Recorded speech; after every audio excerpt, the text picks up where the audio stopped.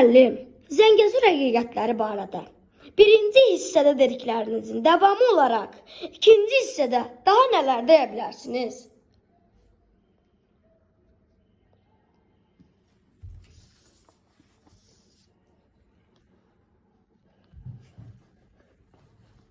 Bu məsələlərə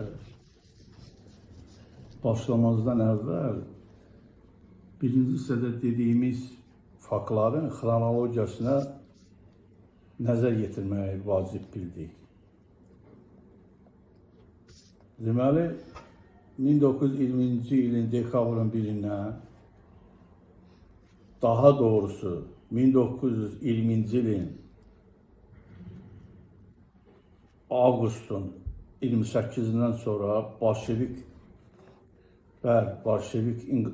Bolşeviklər Azərbaycanda müstəqil dövlətimizi devirdikdən sonra Azərbaycanın Zəngəzur qəzasında, Zəngəzur bölgəsində baş verən hadisələrin xronologiyasına diqqət yetirməyi lazım bildik.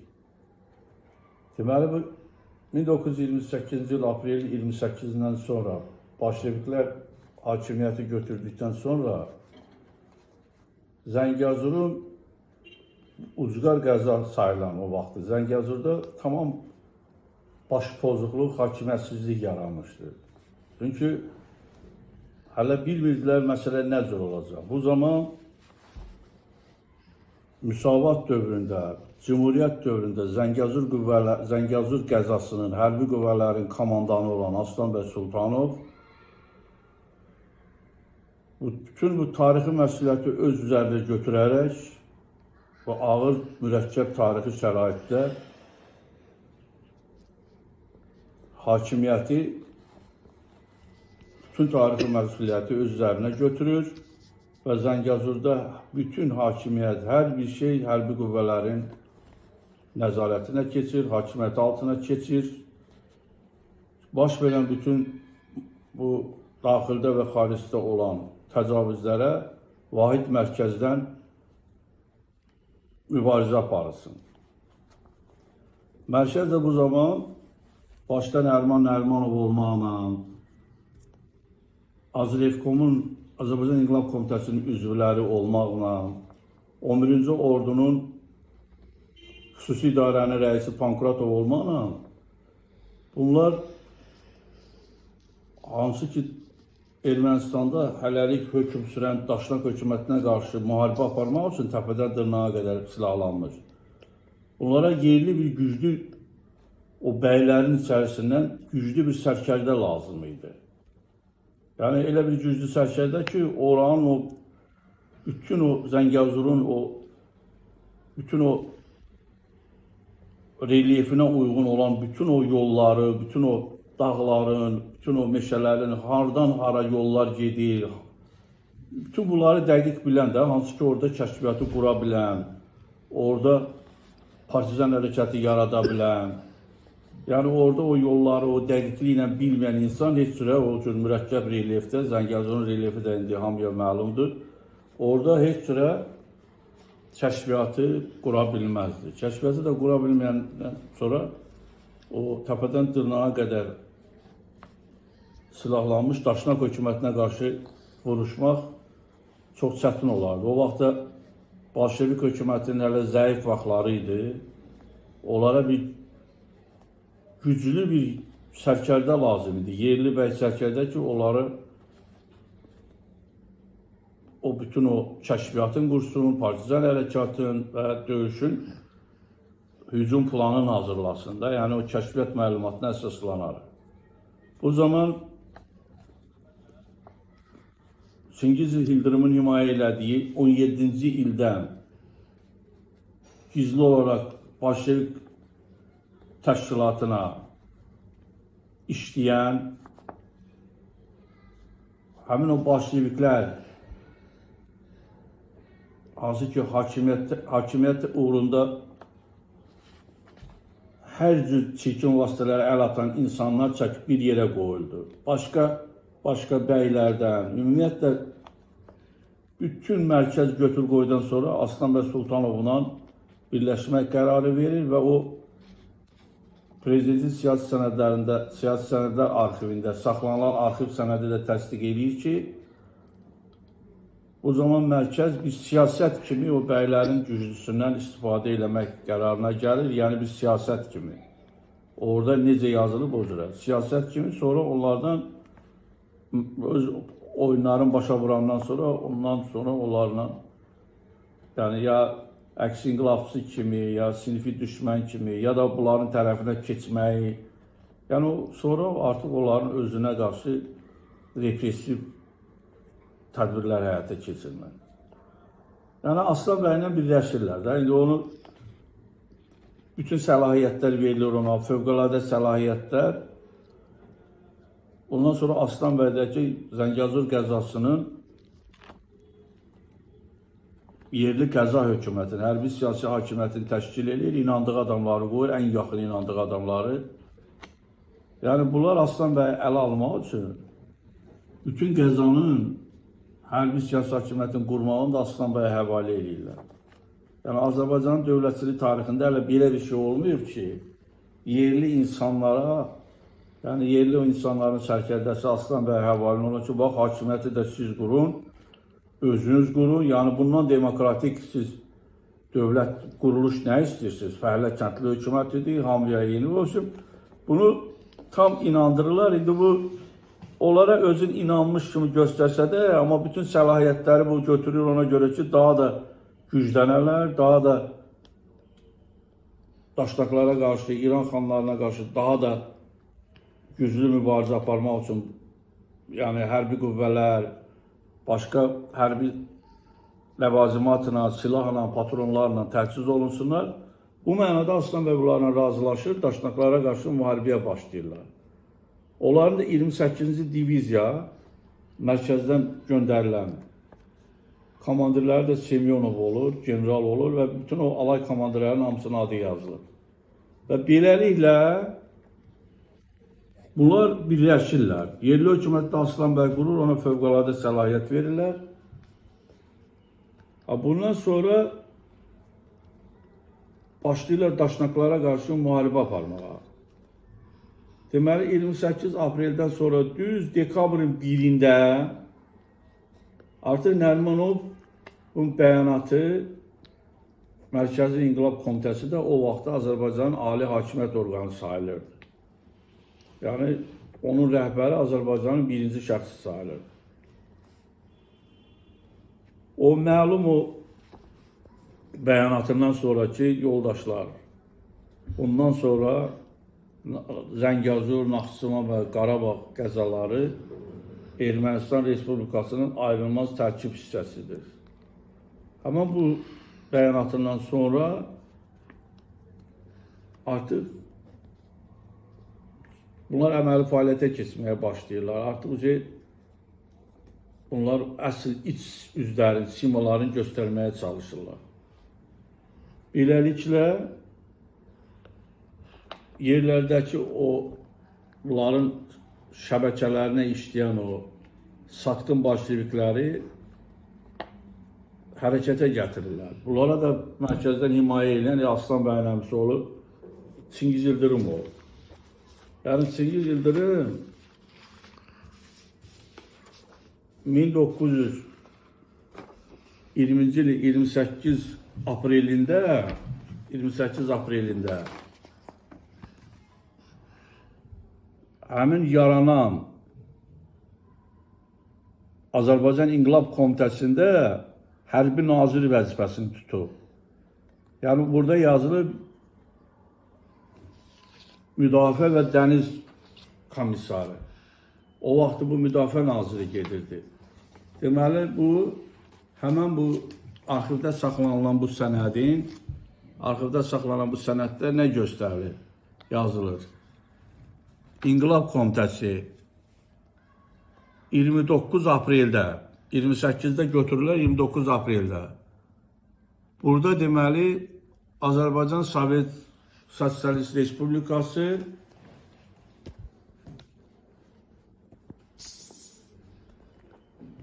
aprel burada təsdiq olunur Azərbaycanın rəhbərlərinin siyasi. Deməli, bu gedir, necə gedir bu? Председатель Народный комиссar İnası Nəriman Nərimanov, İnqilab Komitəsinin sədri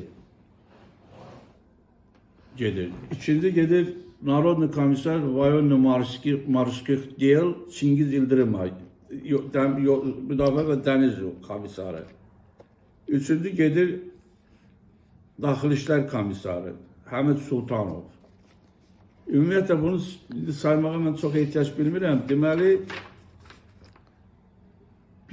bu komissarlar, məsələ nəyin üstə dururam? Çingiz Yıldırım burada müdafiə komissarda, indinin dili ilə deyək ki, başa düşsünlər. Müdafiə naziri ola 29 apreldə artıq təsdiq olur. Nərimanov İnqilab Komitəsinin sədri bir ayda cəmisi Çingiz Yıldırım olur müdafiə naziri. Müdafiə və Dəniz Yol komissarı. Nəysə, bu nəyə görə Zəngəzurda 17-ci ildə işləyən o bolşeviklər, hansı ki, bunları birbaşa idarə edən Cumhuriyyət dövründə də gizli onları işləməyə, onları mərkəzlə əlaqələndirən Çingiz Yıldırım. Nə üçün bunları hakimiyyətə gətirmədilər 28 apreldən sonra 20-ci? Yenidən sinfi düşmənlər sayılan Cumhuriyyət dövründə Zəngəzur qəzasının hərbi qüvvələrinin komandanı olmuş Aslan bəy Sultanova verildi fövqəladə səlahiyyət, onlar gətirildi. Bu, yəni o mərkəzi bir siyasət kimi Aslan bəydən istifadə eləməyinin mən sizə açıqladım. Amma niyə bu bolşeviklərin içindən bir sərkərdə tapılmadı ki? Lap Çingiz Yıldırımın özü gəlib burada rəhbərlik eləyərdi ki, bu təpədən dırnağa qədər silahlanmış Daşnak hökumətinə qarşı bunlara, hansı ki o Zəngəzurun o keçilməz yolların, ümumiyyətlə də bu bir sərkərdə kimi bunlarla birləşib bu müharibənin aparılması üçün, ümumiyyətlə də orada kəşfiyyatın qurulması üçün, partisan hərəkatın qurulması üçün. Nəyə görə bu bolşeviklərin içindən biri, məsələn, Çingiz Yıldırımın himayə elədiyi adamlardır. Məsələn, Nəzər Eydarovu, Savalan Şirinovu, Mirzə Muxtarov, digərləri. Nə üçün? Təzədən sinfi düşmən olan müsavat dövründə, Cumhuriyyət dövründə həmin bu Çingiz Yıldırımın himayə elədiyi bolşevikləri həbs eləyən, indi birazdan onları sizə sübut eləyəcəm də, sənədlərlə, faktlarla. Təzədən Aslan bəy gətirildi. O hansı tarixi zəruriyyətdən irəli gəlirdi? Çünki o vaxt mərkəzi hökumət əslində bir dənə yerli bir qəhrəman sərkərdiyə, o igid bəy sərkərdələrə möhtac idi. O, bunu belə biraz da loru dilindən desək, Aslan bəyin qara qaşına gözünə aşıq olmamışlar. Onun o fenomenal hərbi istedadına, onun o qəhrəmanlığına artıq belə bir insana möhtac edilər. Yoxsa bu bolşevikləri elə Çingiz Yıldırım müdafiə naziri idi də. Gəlib özü orada əməliyyata rəhbər. O Zəngəzurda böyüyüb, o yolları da Aslan bəy qədər ən azı tanıyır. Gələrdi orada yaxın adamlarla. Niyə görə? O mərkəz bir siyasət kimi Aslan bəydən istifadə eləmək qərarına gəldi. Bundan sonra hadisələrin xronoloji ardıcılığına nəzər salaq. Nələr baş verir? Həmən Çingiz Yıldırımın dəstəyi ilə başlayırlar danoslara. Bu danoslar başlayır. Birinci erməni məxfi işçiləri gəlir. Erməni məxfi işçiləri gəlir Zəngəzura. Zəngəzurda onlar Zəngəzura məxfi işçilər gəlir və bu məxfi işçilər başlayırlar Aslan bəyin əleyhinə hakimiyyətin başında duran hərbi siyasi hakimiyyətin Zəngəzur başında Aslan bəyə qarşı şər böhtan kampaniyasına start verməyə. Həmən bu arxiv sənədi Azərbaycan Respublikasının prezidentinin siyasi sənədlər arxivində fond 1, siyahı 2, iş 136 qrifi ilə qorunub saxlanılır. Özdə hörmətli istəyirəm ki, bu məxfi işçilər mərkəzdən göndərilən Zəngəzura, bu erməni milliyyətindən olanlardır.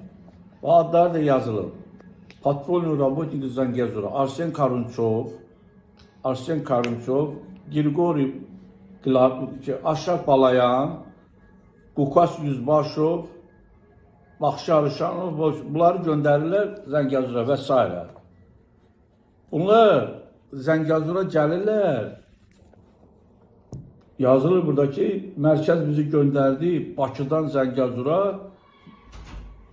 məxfi iş üçün. Və biz burada birinci gəldik Teymur Müskanlı kəndinə. Bu Teymur Müskanlı kəndin hörmətli izləyicilər. Bunu xatirinizdə mən xahiş edirəm, saxlayın. Bu Teymur Müskanlı kəndinə mən bir də qayıdacağım. Nəyə görə? İndi siz özünüz dinləyəcəksiniz, görəcəksiniz.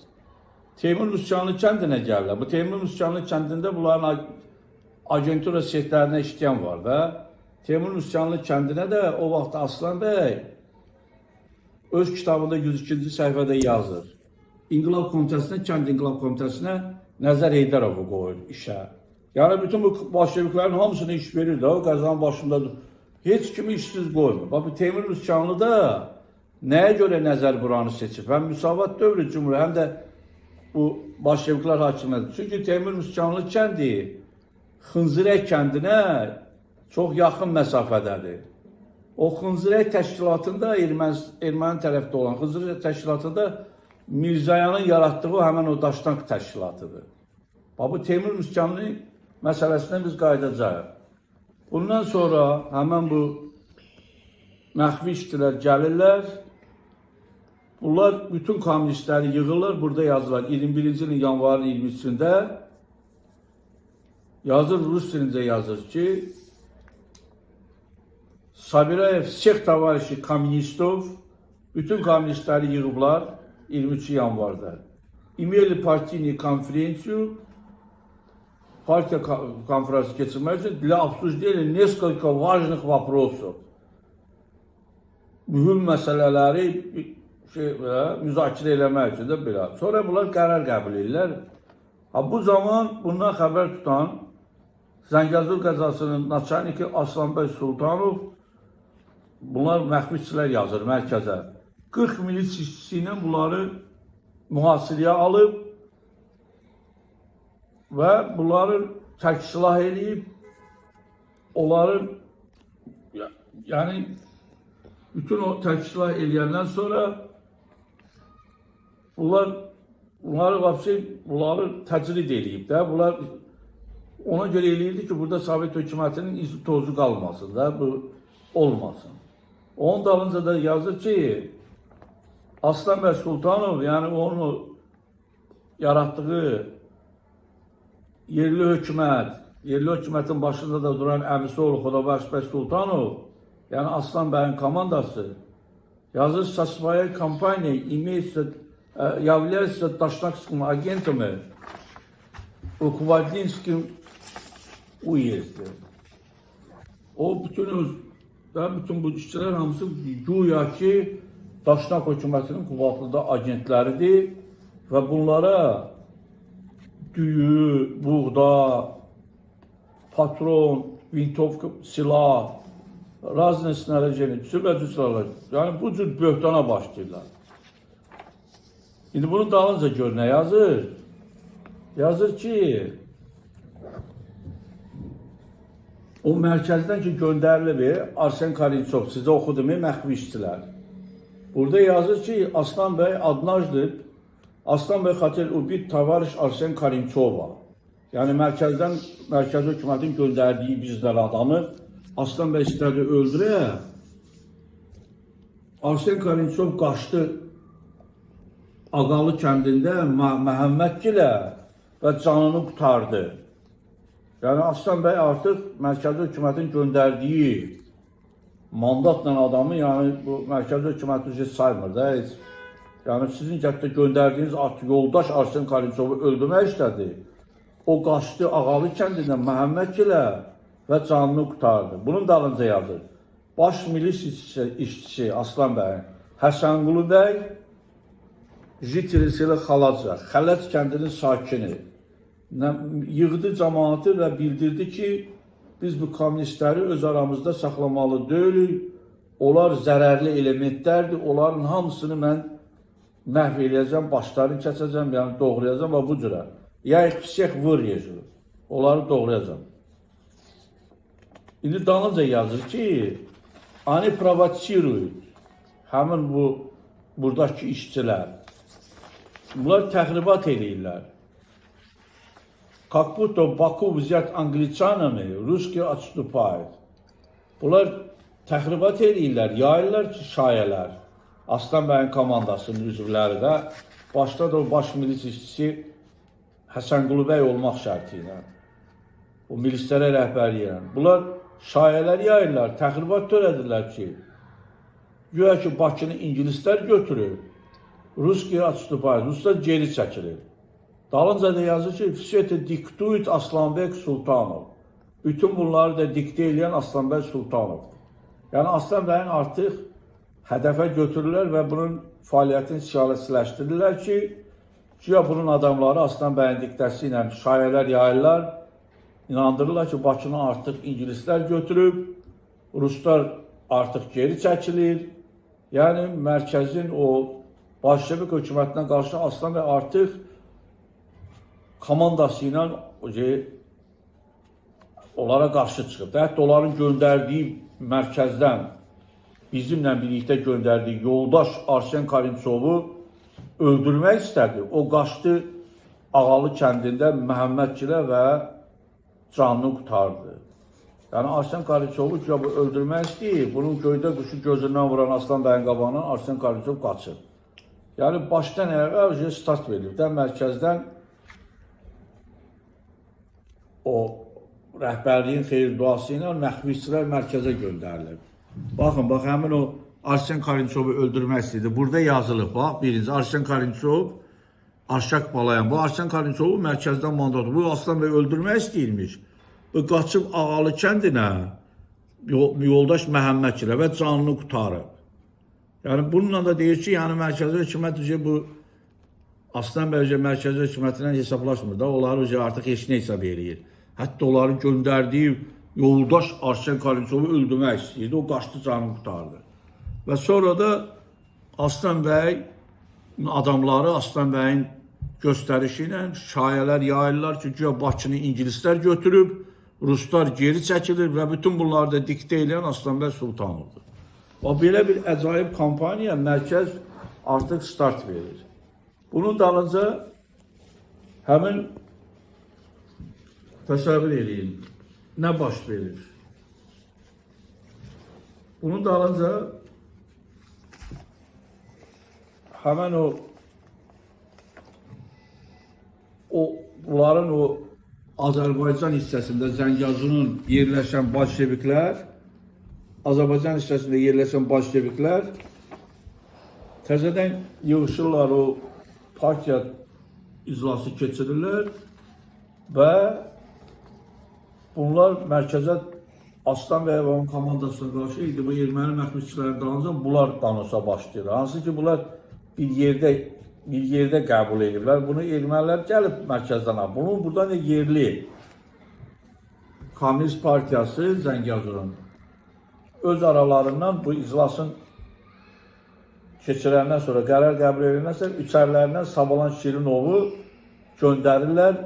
Mərkəzdə həmən bu yerli Kompartiya, Komünist Partiya işçilərinin qərarların mərkəzə çatdısına. Yazılır da burada. От прибывшего из Квадлинского уезда Zəngəzur Savalana Şirinova. Zəngəzur qəzasının Azərbaycan hissəsindən, yəni Qubatlı qəzasından Savalan Şirinov gəlib və bunun mərkəzi komitədəki məruzəsi, dakladıdır. İndi hörmətli izləyicilər, artıq deyir, bunlar nə deyir? Yazırlar ki, 24 martda Eyvazlı kəndinə Gorustan Daşnak hökuməti tərəfindən nümayəndə gəldi. Birinci yazılar Nikolay Osipov, ikinci naçanik naçalnik Lazır, erməni tərəfi naçalnik Lazır 5 dənə milis işçisi ilə təkliflə ki, Daşnak hökumətinin heç bir etirazı yoxdur da Zəngəzur əhalisinə qarşı. Onlar ancaq bolşeviklərə qarşı mübarizə, müharibə aparırlar. Sonra, indi burada ən belə əcaib gülməli yer nədir?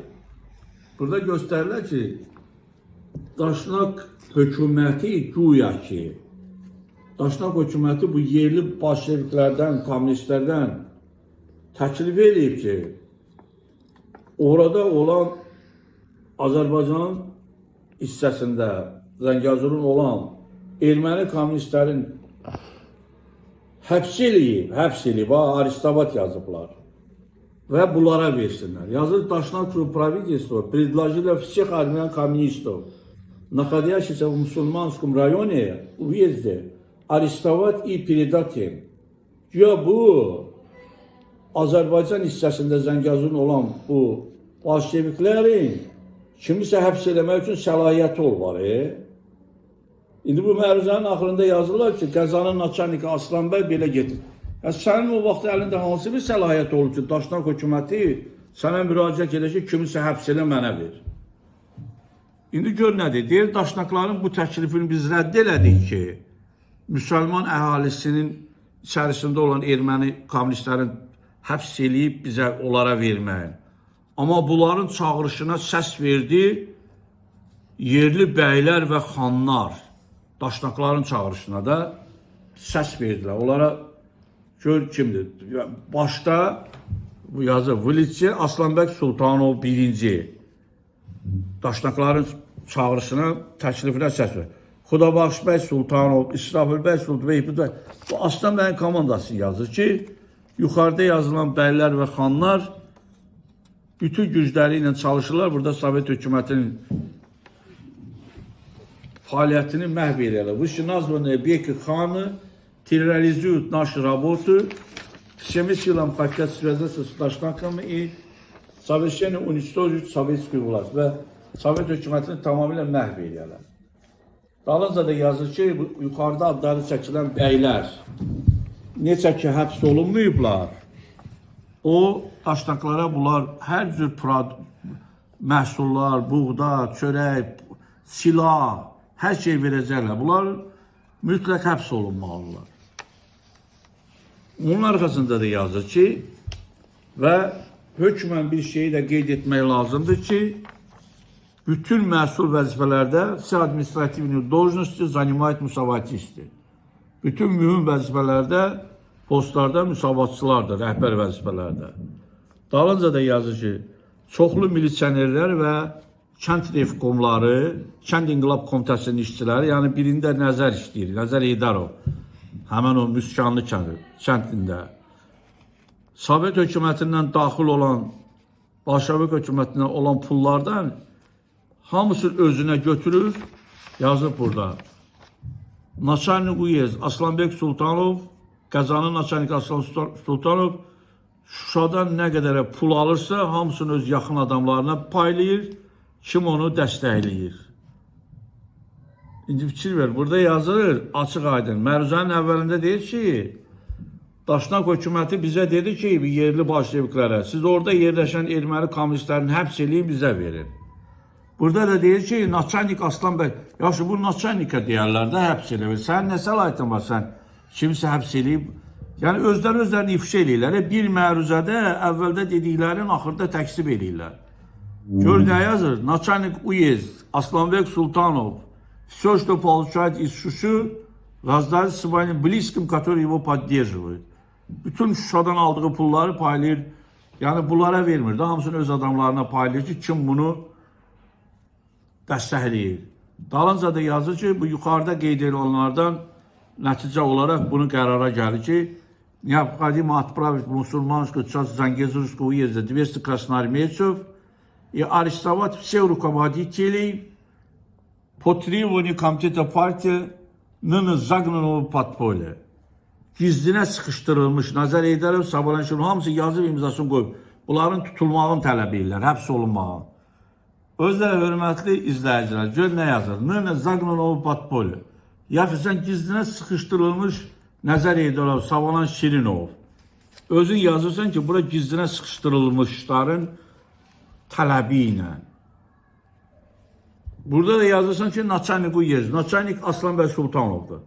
Və sən necə məruzənin əvvəlində yazırsan ki, Daşnak hökuməti sənə bolşeviklərə təklif eləyib ki, oradakı kommunistləri həbs eləyin, bizə verin. Sən gizlinə sıxışdırmış adam, sən kimsən ki, sən kimisə həbs eləyəsən? Oranın Naçalniki var, oranın yerli hökuməti var.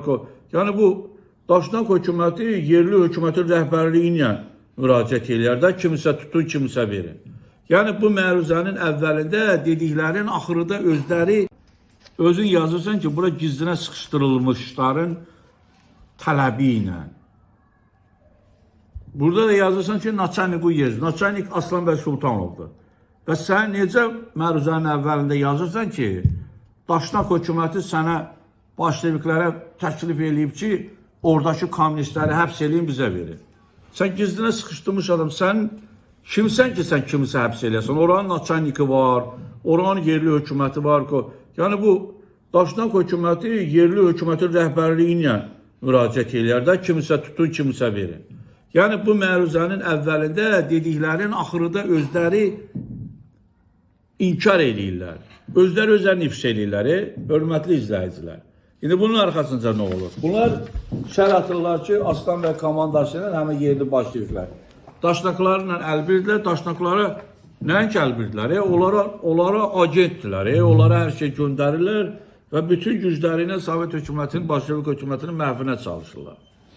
Bunlar həmin insanlardır ki, 1920-ci ilin dekabrın 12-sində Gorusda keçirilən gizli iclasda Armina Qaragözovun rəhbərliyi ilə.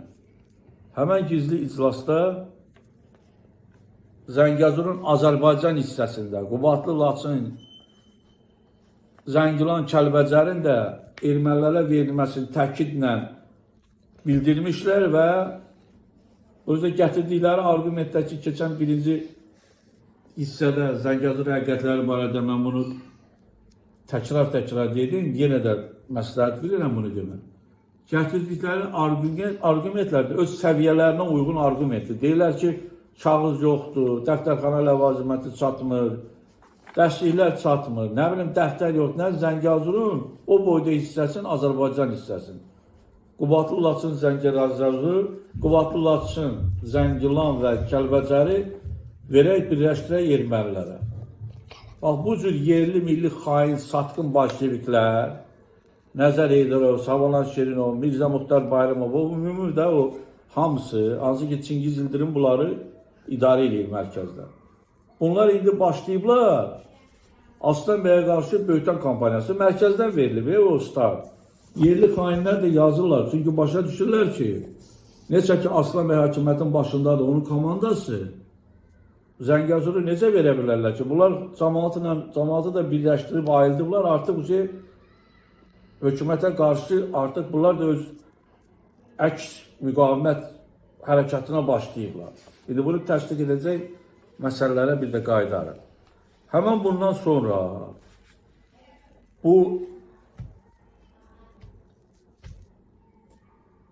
bolşeviklər ki, hansı ki gizli konferansda, qurultayda o dekabrın 12-sində qərar qəbul edirlər qurultayda ki, Azərbaycan hissəsində verək ermənilərə kağız dəftər, dərsliklər yoxdur, dəftərxana ləvaziməti. Bundan 3 ay keçir, cəmisi 3 aydan sonra erməni rəhbərləri Nərimanova ultimatum tələb göndərirlər ki, bəs dərhal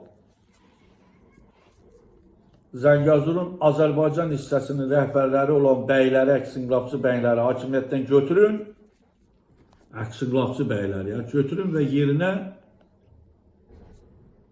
bizə işləyən bizim nökərlərimiz olan, adları ilə yazırlar, bizim nökərlərimiz olan, bizə işləyən bolşevikləri, başda Nəzər Heydərov və o biriləri də, nə bilim, milis naçalnikində Əli Şərifovu da naçalnik, hansı ki, bu Əli Şərifovu burada sənətdə var. burada Zəngəzurda o təzə vaxtı, naçanik olan vaxt ona etibar ediblər. O dövlətin yarım milyona qədər pulun, o dövrki pulun mənimsədiyinə görə Aslan bəyin göstərişi ilə onu İnqilab Komitəsinin sədri Xudabaş bəy Sultanov həbs edib. Sənəddə var, bunları mən özümdən demirəm. Bu ermənilərin tələbindən sonra Nərimanov artıq bu tələbi qəbul edir, arxasına da peçatını vurur, həyata keçirir. Bu hadisələrdən dərhal xəbər tutan Aslan bəy Sultanov, yəni mərkəzdən ona Nərimanovun kabinetindən xəbər gəlir ki, bu cəyi başlayıblar bunlar əməli fəaliyyətə, siz də işinizi bilin. Bax, həmən bu, baxın, Azərbaycan Dövlət Arxivində Fond 410-da saxlanılan Aslan bəyin məşhur ittiham edici məruzəsi, baxın, 3 vərəqdən ibarət. Bu əlyazma ilə bu 5-6 vərəqdir də. Bunu Azrefkomun da peçatına baxın. Azrefkomun peçatına da baxın, burada göstərilir. Artıq bu əlyazma o Azrefkomda oxunur, peçat vurulur, bu Vazrefkom. Nərimanovun iştirakı ilə Vazrefkom. Aslan bəyin ittiham edici məruzəsi dinlənilir. İndi burada bütün bu məsələləri, bu ittihamın hamısını Aslan bəy bunlara bildirir və bildirir ki, bu günlərdə mənə məlum olub ki, Qəza İnqilab Komitəsi yenidən rəhbərlik mərkəz tərəfindən təşkil olunur. Qəza rəhbərliyi, Qəza ümumiyyətlə mərkəzdən bütün dövrlərdə təyin olur da. Amma o dövrdə, baxın, necə Azərbaycanın dövlətçilik tarixində hələ analog olmayan bir Aslan bəyə əl almaq üçün bir vasitə əl atırlar. Yerli Qəza hökuməti Aslan bəyə həvalə olur, onu əl almaq üçün. Siz özünüz qurun da, kimi dəyişdirsiniz, inanırsınız, bu bir yerdə birləşək, Daşnak hökumətinə qarşı birgə vuruşaq. Aslan bəy də o vaxtı inandığı adamlardan ibarət İnqilab Komitəsi yaradır. Ən inandığı əmisi oğlun axıra qədər də sübut olunur ki, o necə təmiz, ləyaqətli, əqidəsinə sadiq Xudabaş bəy Sultanovu, həmin Xudabaş bəy Sultanov yeri gəlmişdi o. İnqilaba qədər Zəngəzur qəzasında ilk qızlar məktəbini açan o dünyavi məktəbin banisi Həsən bəy Sultanovun doğma qardaşıdır. Xudabaş bəy Sultanov. İndi siz, hörmətli izləyicilər, buradakı məqama baxın. Aslan bəy deyir ki, bu günlərdə mənə məlum oldu ki, Qəza İnqilab Komitəsi yerli hərbi siyasi hökumət mərkəzdən yenidən təşkil olunub. Yəni, əvvəl biz qurmuşduq, indi mərkəzdən təşkil. Və mən də tutduğum vəzifədən azad olunmuşam. Bax, indi baxın, nə üçün mənə rəsmi məlumat verilmir? Yazır ki, я тоже устранен от занимаемой мной должности. А почему именно официально ничего не известно? Nə üçün mənə rəsmi məlumat verilmir? İndi təsəvvür edin, hörmətli izləyicilər. Mərkəz bunu işdən azad edir və bunu gizli saxlayır. Gör, bundan nə qədər çəkinirmişlər. Çünki bilirlər ki, o müharibənin ağırlığı bunun çiynində gedib. İnsanlar bunu necə çox istəyirlər, nə qədər buna pərəstlik eləyirlər, hərbi qüvvələr. Bu adi bir adam deyil də, o yerin, o zonanın sərkərdəsi idi, komandanı idi, gizli saxlayır mərkəz. Nəyə görə mərkəzin cürəti çatmır, deyək ki, mən sənlə işləmirəm. Artıq mən istəmirəm, başqa adamlar. Niyə bunu gizli saxlayır? Çünki bilir ki, ictimai rəy o dövr, bunu necə qəbul edəcək? Nərimanov bunu gizli saxlayır, mərkəzi hökumət. Amma indi onun kabinetindən necə Aslan bəyə xəbər verilir ki, indi o şoka düşür də, Aslan bəy deyir, məni işdən azad eləmişsiniz, nə üçün mənə rəsmi məlumat vermirsiniz? Dalınca da deyir ki, bunu eləyənlər bu hökumətin də düşmənidir, bu millətin də düşmənləridir. Çünki biz bütün ömrümüzü, həyatımızı xalqımızın düşmənlərinə qarşı, bir tərəfdən İran xanlarına qarşı quduzlaşmış, Zəngəzuru ələ keçirmək istəyən, bir tərəfdən də Daşnak, təpədən dırnağa qədər silahlanmış Daşnak hökumətinə qarşı. İndi təsəvvür edin, hörmətli izləyicilər, bundan sonra Aslan bəy qaldırır bütün hərbi qüvvələri, bütün cəmaatı, milləti ki, bunlar artıq mərkəz bizə qarşı belə xəyanət eləyir, Zəngəzuru satırlar. Mərkəzdən buna xəbər verəndə bütün o mərkəzli planları, bütün o gedişlər barədə Aslan bəyə müfəssəl məlumat verir. İnsanlar, əhli əhali, hərbi qüvvələr hamısı birləşir və mərkəzin xəyanətinə qarşı yerli hökumət, insanlar hamı silahlı qüvvələri dəstəkləyir. Millət, hərbi qüvvələr hamı bir yumruq kimi birləşir. Aslan bəyin lideri ilə, sərkərdəliyi ilə. İndi təsəvvür edin, hörmətli, əziz izləyicilər. Gör burada nə deyir? Nərimanova deyir ki, ölkənin rəhbərinə. Mənim haqqımda deyir bu Bolşevik satqınlardan, bu kommunistlərdən, bunlardan, o xainlərdən soruşmayın. Mənim haqqımda mənlə bərabər vuruşan, mənlə birlikdə vuruşan, hansı ki sizin mərkəzin bura mandat verib, ezam elədiyi 28-ci diviziyanın heyətindən soruşun. Başda general Semyonov, başda general Nesterovski, sonra alay komandirləri Çelov polkovnik, Parsadonov, batalyon komandirləri, alay komandirləri, Veyçakovski, Fyodorov, Kapiyanka, bir o komandirlərin hamısını yazıb batalyon.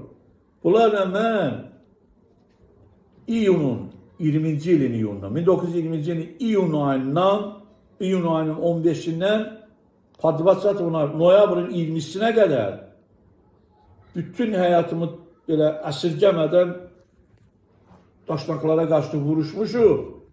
Hətta kafandakı mis zavodunu alanda başımdan yara almışam. Və bu barədə mənim 28-ci diviziyanın verdiyi hərbi tibbi arayışlar hal-hazırda özümdə saxlanılır. Necə mən daşnaqlarla vuruşanda başımdan yara almışam, Gorusda da lazaretdə, tibb müəssisəsində, hospitalda, lazaretdə müalicə olunmuşam. Mən indi necə daşnaqların agenti ola bilərik, biz necə daşnaqlara işləyə bilərik? Ona görə deyir, mən xahiş edirəm tək, mənim haqqımda məlumatları bizim haqqımızda. 28-ci diviziyanın bizlə birlikdə vuruşan Rus milliyyətinin üzvü olan insanlardan soruşun. Gedib bu xainlərdən soruşursunuz, əlbəttə ki, bunlar, yəni indi o bilir, bunlar kimdirlər ki, bunun mərkəzdən hamısı qurulmuş oyunlardır. Sadəcə bu indi tarix üçün bu ittiham edici məruzəsinin bu gündə xoşbərlikdən hamısı keçib əlimizə, həmin dövrün necə hərbi siyasi mənzərəsini Aslan bəy Sultanov zərgər dəqiqliyi ilə təhlil edir və bütün məsələləri tam çılpaqlığı ilə ortalığa qoyur. Və mərkəzdən izahat tələb edir ki, bizi ittiham eləmişsiniz, indi bunları sübut edin də, biz ittihamın mahiyyətini bilməliyik axı, siz sübut edin. Və bundan sonra Nərimanov məcburiyyət qarşısında qalır və komissiya göndərir. Camaat qalxıb axı tələb edirlər. Və burada bir məqamı da hörmətli izləyicilərin nəzərinə çatdırmaq istəyirəm ki, özdə bu əsas məqamdır. Aslan bəy yazır ki, heç bir günahı olmayan, vicdanlı, təmiz, ləyaqətli bir işçini Zəngəzur, əvvəl Zəngəzur, sonra isə Zəngəzurun Azərbaycan hissəsində Qubadlı qəzası bölündü. Qubadlı qəzasının, Zəngəzurun Azərbaycan hissəsinin İnqilab Komitəsinin sədri olan Qəza İnqilab Komitəsinin, yəni bütün o nəzərlər, o kənd İnqilab Komitələri, hamısı Qəza İnqilab Komitəsinin əlinin altında işçiləri olub da, onları tabi olublar. Hətta bir məsələndə deyim, bax o dövrdə Eyvazlı kəndinin kənd İnqilab Komitəsində rəhbər olub Ələkbər Abdullayev, sonralar o Mirzəfər Bağırovun dövründə Daxili İşlər Nazirinin mavini olub, banditizm üzrə. Ələkbər Abdullayev o rəhmətli özü çox ləyaqətli bir insan olub. Yəni onu tanıyanlar bilirlər ki, o çox mənəviyyatlı bir insan olub. Axıra qədər öz ləyaqəti, mənəviyyatın, sədaqətin göstərir Ələkbər Abdullayev. Yəni bütün o hər kəndin İnqilab Komitəsi oldu. Bu kommunistlərin hamısına bolşeviklərin iş verilir. İndi siz təsəvvür edin. Bunu Xudabağış bəy Sultanovu alladıb çağırıblar Şuşuya. Bütün Zəngəzurla Qarabağında mərkəzi o vaxt Şuşa olub. ki burada qurultay keçirilir Qəza İnqilab Komitələrində, məsələn Qarabağın, tutalım başqa yerlərin İnqilab Komitələri. Qəfil bunu həbs edirlər əks inqilabçı damğası ilə. İndi təsəvvür edin, özdə bunun həbs olunmasına qol çəkən Nəzər Heydərovdur, arxiv sənədində göstərir. Savala Şirinovdur, Mirzə Muxtar Bayır, o birində bütün başlayıblar ki, bu əks inqilabçıdır, Daşnağa gedir. Qəza İnqilab Komitəsinin sədri. İndi Aslan bəy bundan duyuq düşüb, mərkəzdən ona xəbər verməsəydi, bu insanları qaldırmasaydı, bu heç bir günahı olmayan Xudabaş bəy Sultanovu əks inqilabçı damğası ilə güllələyəcəkdilər də. Bu, hörmətli izləyicilər, bu əks inqilabçı, yəni Daşnaq agenti deməkdir. Bunu bilin də, yəni bəzi adamlar biraz bunu başqa cürə başa düşər. Bunu güllələyəcəkdilər. İndi təsəvvür edin ki, Nərimanovun komissiyası gəlir qəzanı yoxlayandan sonra həmən bu yerli xain bolşeviklərin danos yazaraq həbs elətdirdiyi Qəza İnqilab Komitəsinin haqqında yazır ki, Xudabaş bəy Sultanov təmiz adamdır, ondan yaxşı işçi çıxar. Nərimanovun komissiyası gəlir qəzanı yoxlayandan sonra həmən bu yerli xain bolşeviklərin danos yazaraq həbs elətdirdiyi Qəza İnqilab Komitəsinin haqqında yazır ki, Xudabaş bəy Sultanov təmiz adamdır, ondan yaxşı işçi çıxar, ancaq o Komünist Partiyasının üzvüdür. Yəni onun heç bir təqsiri yoxdur, onu ay yarımdan sonra azad edirlər. İndi hörmətli izləyicilər, bu Nəzərin burada qolu var, Nəzər Heydərovun, Savala Şirinovun. Bu insan nəyə görə bir ay yarım, günahsız bir insan bir ay yarım Şuşa türməsində yatmalıydı, cəza çəkməlidir, heç bir günah olmayan. Həmən bu Nəzər Heydərovun şantajı ilə, böhtanı ilə, Savala Şirinovun, o birilərinin. Bu hələ Aslan bəy qaldırmasaydı, komissiya, bütün aləm, bütün yerli qüvvələr, cəmaat, millət qalxmasaydı haqqın müdafiəsinə, bunu güllələyəcəkdilər. Özdə bu siyahıda tək Xudabaş Sultanov deyil, Aslan bəy də gedir başda, Xudabaş bəy də, Behbud bəy də, o birilər, bütün hamısı da orada var siyahıda. Yəni, komissiya gəlib, o birinci göndərilən məxfi işçilərin Aslan bəy Sultanovu ki, komandası ilə Daşnaq agenti eləyir, hörmətli izləyicilər. Dalınca Xudabaş bəy, Adaş, bütün də o komandanın. Komissiya gəlir, həmən bir Nəzər Heydərovun yazıb danos ki, Aslan bəy Daşnaqların agentidir. Nədir bu? Savalan Şirinov o birləri. İndi gör, Nərimanovun komissiyası Aslan bəyginin tələbi ilə gələndən sonra nə yazır? Yazır ki, buradadır. Yazır ki, Aslan bəy Sultanov yazır Aslan bəy Sultanov gör nə yazır? Qəza İnqilab Komitəsi Aslan bəy Sultanov Lixoy Strelok Vuraq Almiyan. Buna diqqət edin, ha, hörmətli. Bunların Nəzər Heydarovun yerli xain bolşeviklərin, ondan əvvəl mərkəzdən göndərir erməni məxfi işçilərin, Aslan bəy komandasını eləyir Daşnaq agenti. Nərimanovun komissiyasının fakt qarşısında qalır. Yazır ki, indi gəlib burada məlumat toplayır mərkəzə ki, Aslan bəy Sultanov, Naçaynik Uyez, Lixoy Strelok Vuraq Armiyan, göydə quşu gözündən vuran və erməni xalqının düşməli. Lixoy Strelok Vuraq Armiyan, Vuraq Daşnaq yazmır. Tək Daşnaqların yox, bütün erməni xalqının. Yəni, mərkəzdə oturan Mirzayanların, Sarkislərin, Mikayanların da hamısı o Moskvada oturan erməni mafiyasında, yəni bütün erməni xalqının. Artıq o Vuraq Armiyan sözü, axı bu Daşnaqlara qarşı vuruşur. İndi bunun bütün erməni xalqına qarşı düşmən eləməklə siyasiləşdirirlər Aslan bəyin fəaliyyətini ki. Axı başqa ittihamlar heç hamısı rədd olundu. Bax indi bu analizlə, bu arxiv sənədlərlə hörmətli izləyicilər, görün bu Nəzər Heydərov, Savanaşı, nə qədər bunlar vicdan anlayışından məhrum olan bir antimilli ünsürlərdir ki, bu cür qəhrəmanları götürürlər Daşnaqa gedir. İndi Nərimanov komissiyası gəlir, deyir ki, Aslan bəy Sultanov bütün erməni xalqının düşməni və göydə quşu gözündən vuran Rusça yazıb. Lixo Strelov vuran Arimiyan. Bəs nə oldu? Bu düşməni idi. Bəs nə oldu bu? Daşnaqlarınla əlbir idi. Necə oldu bunlar?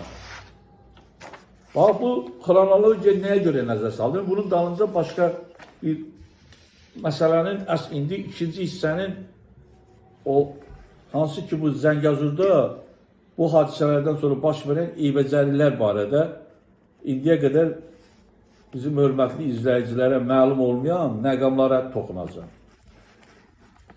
Bütün bu hadisələrdən sonra Nərimanovun komissiyasındakı cəmaət qalxandan sonra artıq hansı ki bu ermənilər göndərilir ki, məsələn yazır ki, dərhal 1921-ci ilin 28 martında göndərir Azərbaycan rəhbərliyini. Yazır özdə Sovetçinin sekretini tam məxvi Zanomer 477-ci nömrəli məxvi məktubundan ki, Azərbaycanın Zəngəzur hissəsindən o rəhbərlərin, o əks-inqilabçı bəyləri götürün, başda Aslan bəy hakimiyyətin başına və yerinə bizə işləyən bizim nökərlərimiz olan Nəzər Heydarov və onun yoldaşlarını da yazır, hamısı bir adlarını yazır. Yəni 1920-ci ildə Coğruşda keçirilən qurultayda ayın 12-sində, dekabrın 12-sində. Hansı ki dekabrın 1-də Nərimanovun bəyanatı səslənir ki, Tavarişi, Atnını, Zəngəzurski, Naxçıvanski, Karabaslı uyezdu являются неразделной частью Armянской Respubliki. Bax, həmən bundan sonra yoldaşlar, Naxçıvan, Zəngəzur və Qarabağ qəzaları bundan sonra Ermənistanın ayrılmaz tərkib hissəsi olur. Bundan sonraki 12-sində yerli xainlər, mərkəzin əlaltıları və ermənilərin nökərləri yazırlar, kağız yoxdur, dəftər yoxdur, dəftərxana ləvazimatı çatmır. Bundan sonra həmin o erməni rəhbərləri deyir ki, Zəngəzur qəzasının 21-ci il mart ayında, 3 ay keçmiş, 28-ində. Aslan bəy komandasını götürün yerinə özə yazır ki, təcili şəkildə götürün yerinə bizim o nökərləri də, Nəzər Heydarovu və onun yoldaşları, belə də yazır.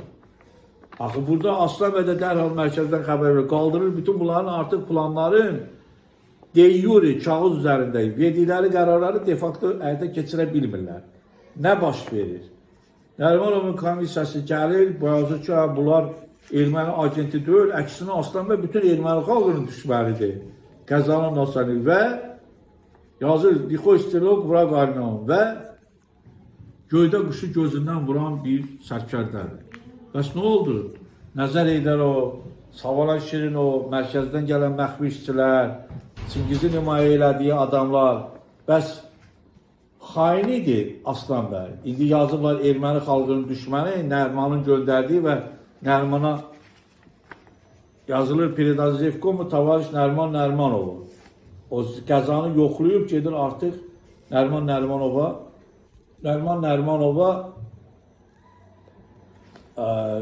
məruzə edir. İndi bundan sonra nə baş verir? Artıq bunlar Zəngəzur qəzasında de facto hakimiyyəti dəyişə bilmirlər. Bütün hərbi qüvvələrin komandanı Aslan bəy, hərbi qüvvələr onun yaratdığı hərbi qüvvələr. İndi sadəcə birazdan sonra bu ümumi Azərbaycanda İnqilab komitələri öz missiyasını bitirdikdən sonra artıq bu İnqilab komitələrinin icra komitələri ilə əvəz olunması prosesi başlayır. Bu bütün respublikaya aiddir də. İndi görün Zəngəzurda nə baş verir? Hörmətli dinləyicilər, indi bunlar kağız üzərində yazırlar ki, Quvvatlının həmən o özü may ayından yazırlar ki, güya Naçalnik Baba Mamedovdur. Mərkəzə məruzə göndərir ki, burada biz cinayətkarlığa qarşı belə mübarizə aparırıq, daşnaqlara qarşı, İran xanlarına qarşı. Yalanlar nə kağız üzərində, nominal olaraq. Aslan bəy komandası oturub yerində. Baxın, babam Ahmedov yazır ki, mən Zəngəzurun Azərbaycan İslamı naçalniki, burada belə mübarizə aparırıq. Nə bilim, həm İran xanlarını, həm Aslan bəy hələ yerində oturub, bütün onun hərbi qüvvələr, bunlar yalandan mərkəzə məlumat yazırlar. Buyurun, baxın, bax, həmən sənəd Azərbaycan Dövlət Arxivi, keçmiş məxfi fond sayılan fond 122, siyahı 2, iş 334 qrifi ilə qorunub saxlanılır.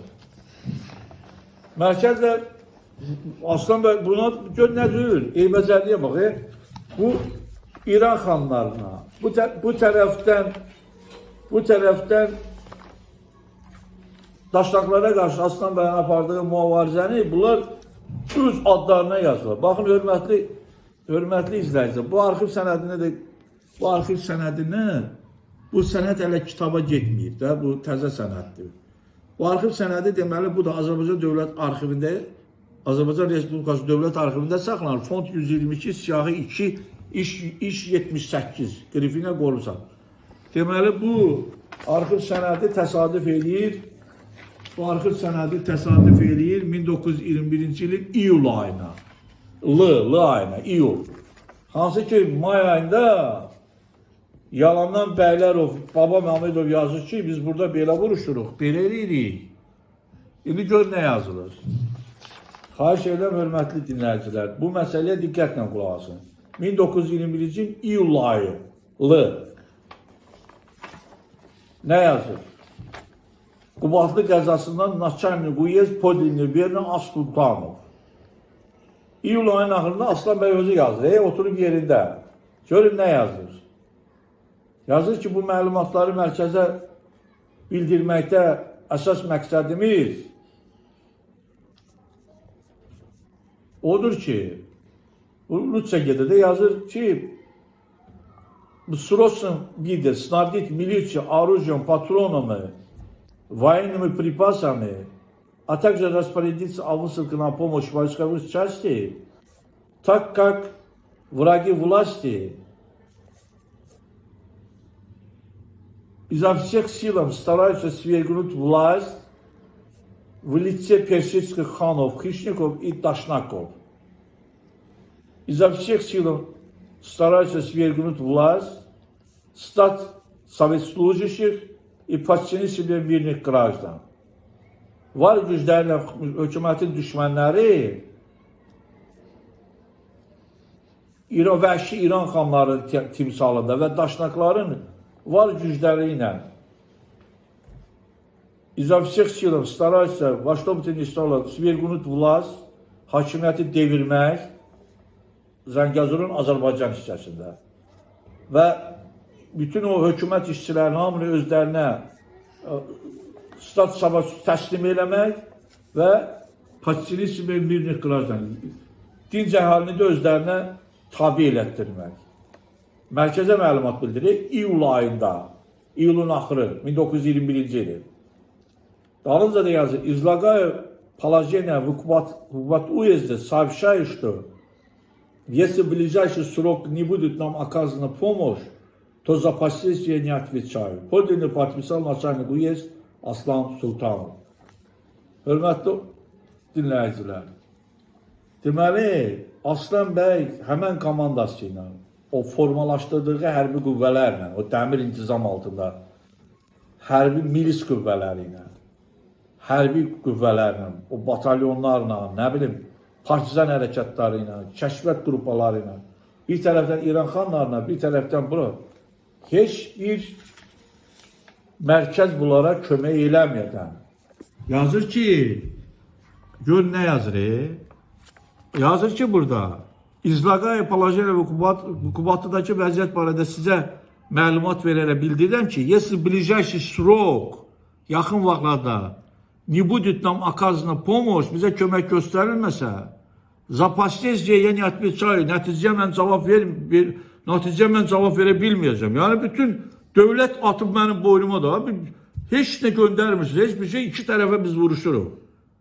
Baxın ha, may ayında Baba Mamedov milis naçalniki kimi yazır ki, mən burada vuruşuram da, bizim dəstələr İran xanlarına qarşı. Gör necə yalandan vuruşan, döyüşən bunlar qalıb, özə bunlara deyirlər, sizə dəymirik. Amma bunları işdən azad ediblər, bunlara toxuna bilmirlər. De facto Qəzanın rəhbərləri bunlardır, de yure Baba Mamedov yalandan yazır ki, tutalım. İran xanlarına qarşı biz belə mübarizə aparırıq. Nə bilim, daşnaqlara qarşı belə müharibə aparır. Fakt da yerində oturub Aslan bəy Sultanov. Baxın, hörmətli izləyicilər, Azərbaycan Dövlət Arxivi, fond 122, siyahı 2, iş 78. Bax, bu da sübut, fakt təklif olunmaz. Aslan bəy yazır ki, əgər bizə yaxın vaxtlarda silah, sursat kömək göstərmirsə, nəticəyə mən cavabdeh deyiləm. Bir tərəfdən İran xanları, bir tərəfdən təpədən dırnağa qarşı silahlanmış göstərişi ilə, ya bu xandır, bu öz başına gələməz, o şah göndərici də var. Bu həmişə olduğu kimi də bir tərəfin Rusiya götürüb, bu tərəfinə də bizim müsəlman qardaşları.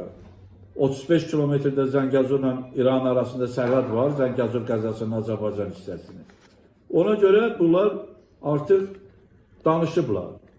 İndi bunların arzularını gözündə qoyan sərkərdiyə, gör Nəzər Eydarov kimi yerli xainlər, vəzifə tutmaq üçün hər şeylərini satmağa hazır olan anti-milli dönüklər, yəni sənədlər təsdiq edir, hörmətli izləyicilər.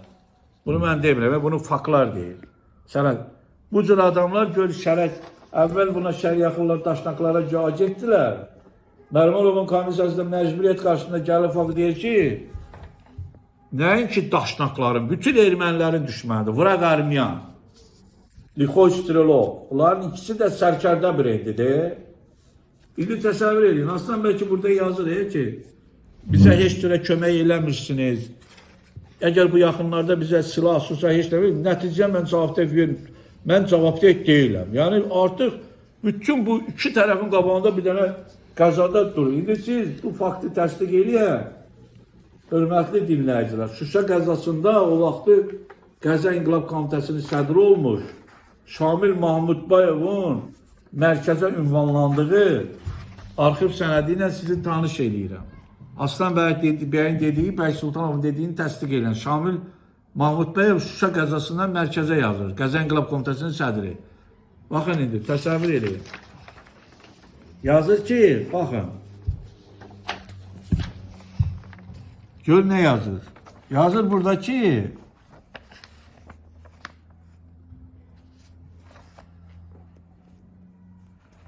yazır ki, Zəngəzur milisi bir tərəfdən İran xanlarına qarşı vuruşur. Bir tərəf, ümumiyyətlə Zəngəzur milisi, gör nə yazır? Takkak ani nesud Zəngəzurski polisiya. Несут пограничную позиционную и внутреннюю службу. Həm sərhəd xidmətini həyata keçirir Zəngəzur qəza milisi, həm pozisyonlu mövqe, həm də ki, daxili slujba. Yəni, faktiki bütün hərb məsələsinə NKV'ni salırdı. O vaxt bunlar. Yazır ki, burada, heç olmasa patron kömək eləyir. Bax, Şamil Mahmudbayov.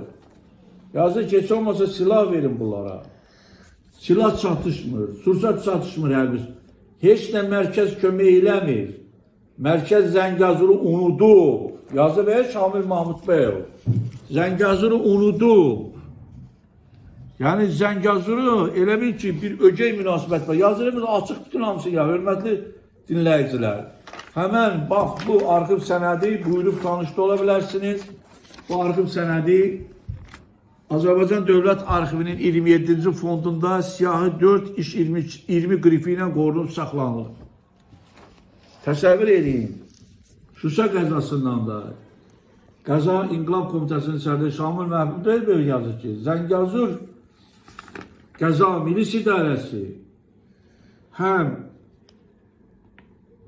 sərhəd, həm mövqe, həm də ki, bütün bu xidmətləri внутренней службы, həm pozisyon, həm pograniçni, həm внутренней службы, hamısını bu institut, bunlar aparırlar.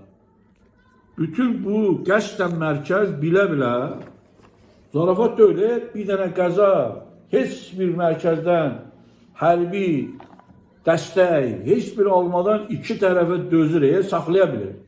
Amma bu Aslan bəyin fenomenal hərbi istedadı nəticəsində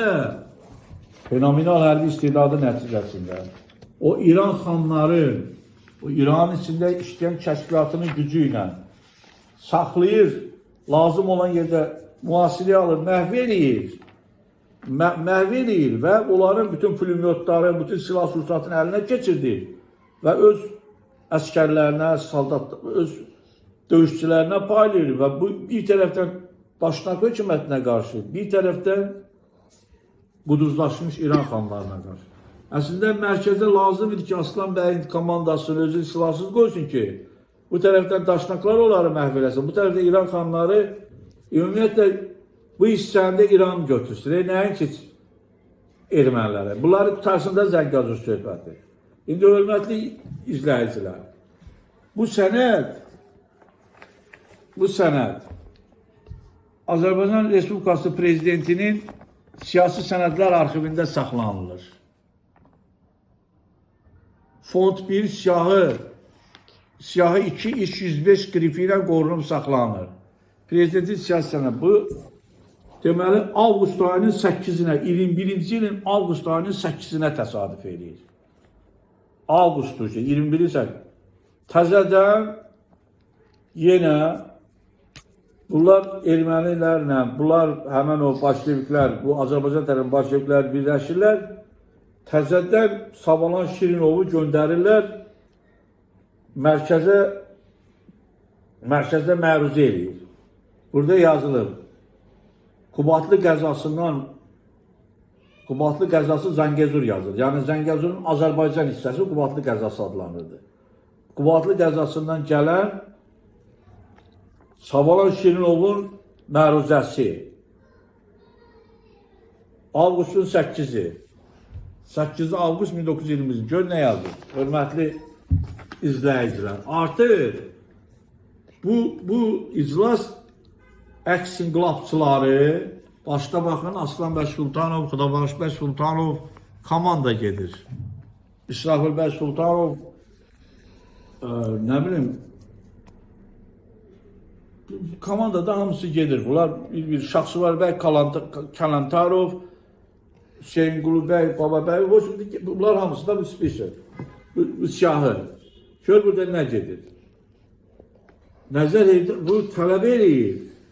Yazır ki, yarıq kontrrevolyusionerov, yəni qatı əks-inqilabçılar. Bundan əvvəlkilər yazılan əks-inqilabçı da bu qatı yazır da, biraz da gücləndirir də dozasın. Yarıq kontrrevolyusionerov. Hansı ki bu Savalan da, Nəzər Eydərov da, arxiv sənədləri də sübut edir. Aslan bəyin patron daşıyanları olur. Əlinin altının patron daşıyanları olur. Onun necə qəhrəmanlıq göstərdikləri hamısı gözləri ilə şah. Gör, indi vəzifə tutmaq üçün, özlərinə güzaran qazanmaq üçün vətənin, millətin, vətənin satır, ana vətənin satır. Elə ana vətənin satmaq, vətən anadır da, anasını satmaq kimi bir şeydir, nə fərqi var ki? Buna bax, gör nə yazır. Bu tərəfdə başlanğıcda yazır ki,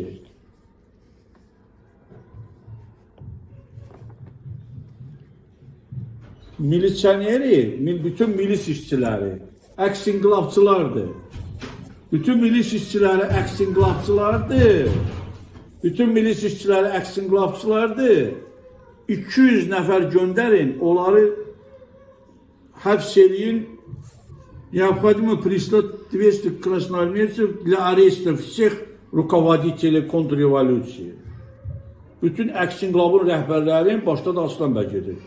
200 krasnoarmeyce qırmızı əskəri göndərmək bütün bu əks-inqilabçıları məhv eləmək üçün, həbs eləmək üçün. Altdan da yazır, qatı inqilabçıların siyahısı Aslan bəy Sultanov, Xudabaş bəy Sultanov biletdi bu siyahı. Fikir verin, nə yazır, hörmətli izləyicilər? Необходимо прислать 200 красноармейцев для ареста всех руководителей контрреволюции. по требованию УЕС Компартии, yerli Kompartiyanın tələbi ilə основание доклад от прибывшего из руководительства УЕСа Zangezur Savalana Şirinova. Baxın, bax, Zəngəzur tarixinin reallığına baxın. Altdan deməli, ermənilərin tələb elədiyi rəhbərləri özü kağız üzərində qoyublar. Savalan Şirinov göstərir ki, avqust ayının axırıdır. Hələ Aslan bəy hakimiyyətdir. Deyir ki, həbs eləyin bütün bu всех deyir, arestovat всех rukovodителей kontrrevolyusiya. Aksinqlavın bütün rəhbərlərində Aksinqlavın Aslan bəy Sultanovu özü yazır. Spisek yarıq kontrrevolyusionerov. Qatı Aksinqlavçıların siyasisi. Aslan bəy Sultanov bak, gör nə qədər namərd, nə qədər sən xain olasan ki. Təsəvvür edin. Bütün bu xəyanətkar oyunlara da başçılıq edən mərkəzi hakimiyyət, onun başında duran, ondan sonra əslən Zəngəzurdan olan Aslan bəy Sultanovun əmisi olur, Çingiz Yıldırım. Aydın məsələ ki, başda bu Nərimanovun şeyi ilə də, rəhbərliyi ilə bu Çingiz Yıldırım bu məsələləri törədir. Təsəvvür edin, indi ermənilər göndərib ki, hansı ki 28 mart 1921-ci tələb edib, ultimativ ki, Aksinqlavçı bəyləri götürün başda Aslan bəy olmaqla yerinə bizə işləyən nökərlərimizi Azərbaycanın içində qoyun rəhbərliyə, Nəzər Heydərov və onun yoldaşları, İvo Tavarişi. Bunlar bunu həyata keçirə bilmirlər. Ermənilərə deyirlər, biz bunu elədik, amma faktiki, defakto həyata keçirə bilmirlər. Aslan bəy dəstəsi ilə vuruşmadadır. İndi görün nə baş verir, hörmətli izləyicilər. Bunun dalınca da təzədən Aslan bəy o hərbi qüvvələri 28-ci divizyanın başında olan bütün hamını qaldırır ki, bu artıq bu Zəngəzur ermənilərə verilir. Bu bütün qaldırır hərbi qüvvələri artıq hökumətə qarşı silahlı qaçaqçılıq hərəkatı, silahlı yerli hökumətlə, qaçaqçılarla birləşir.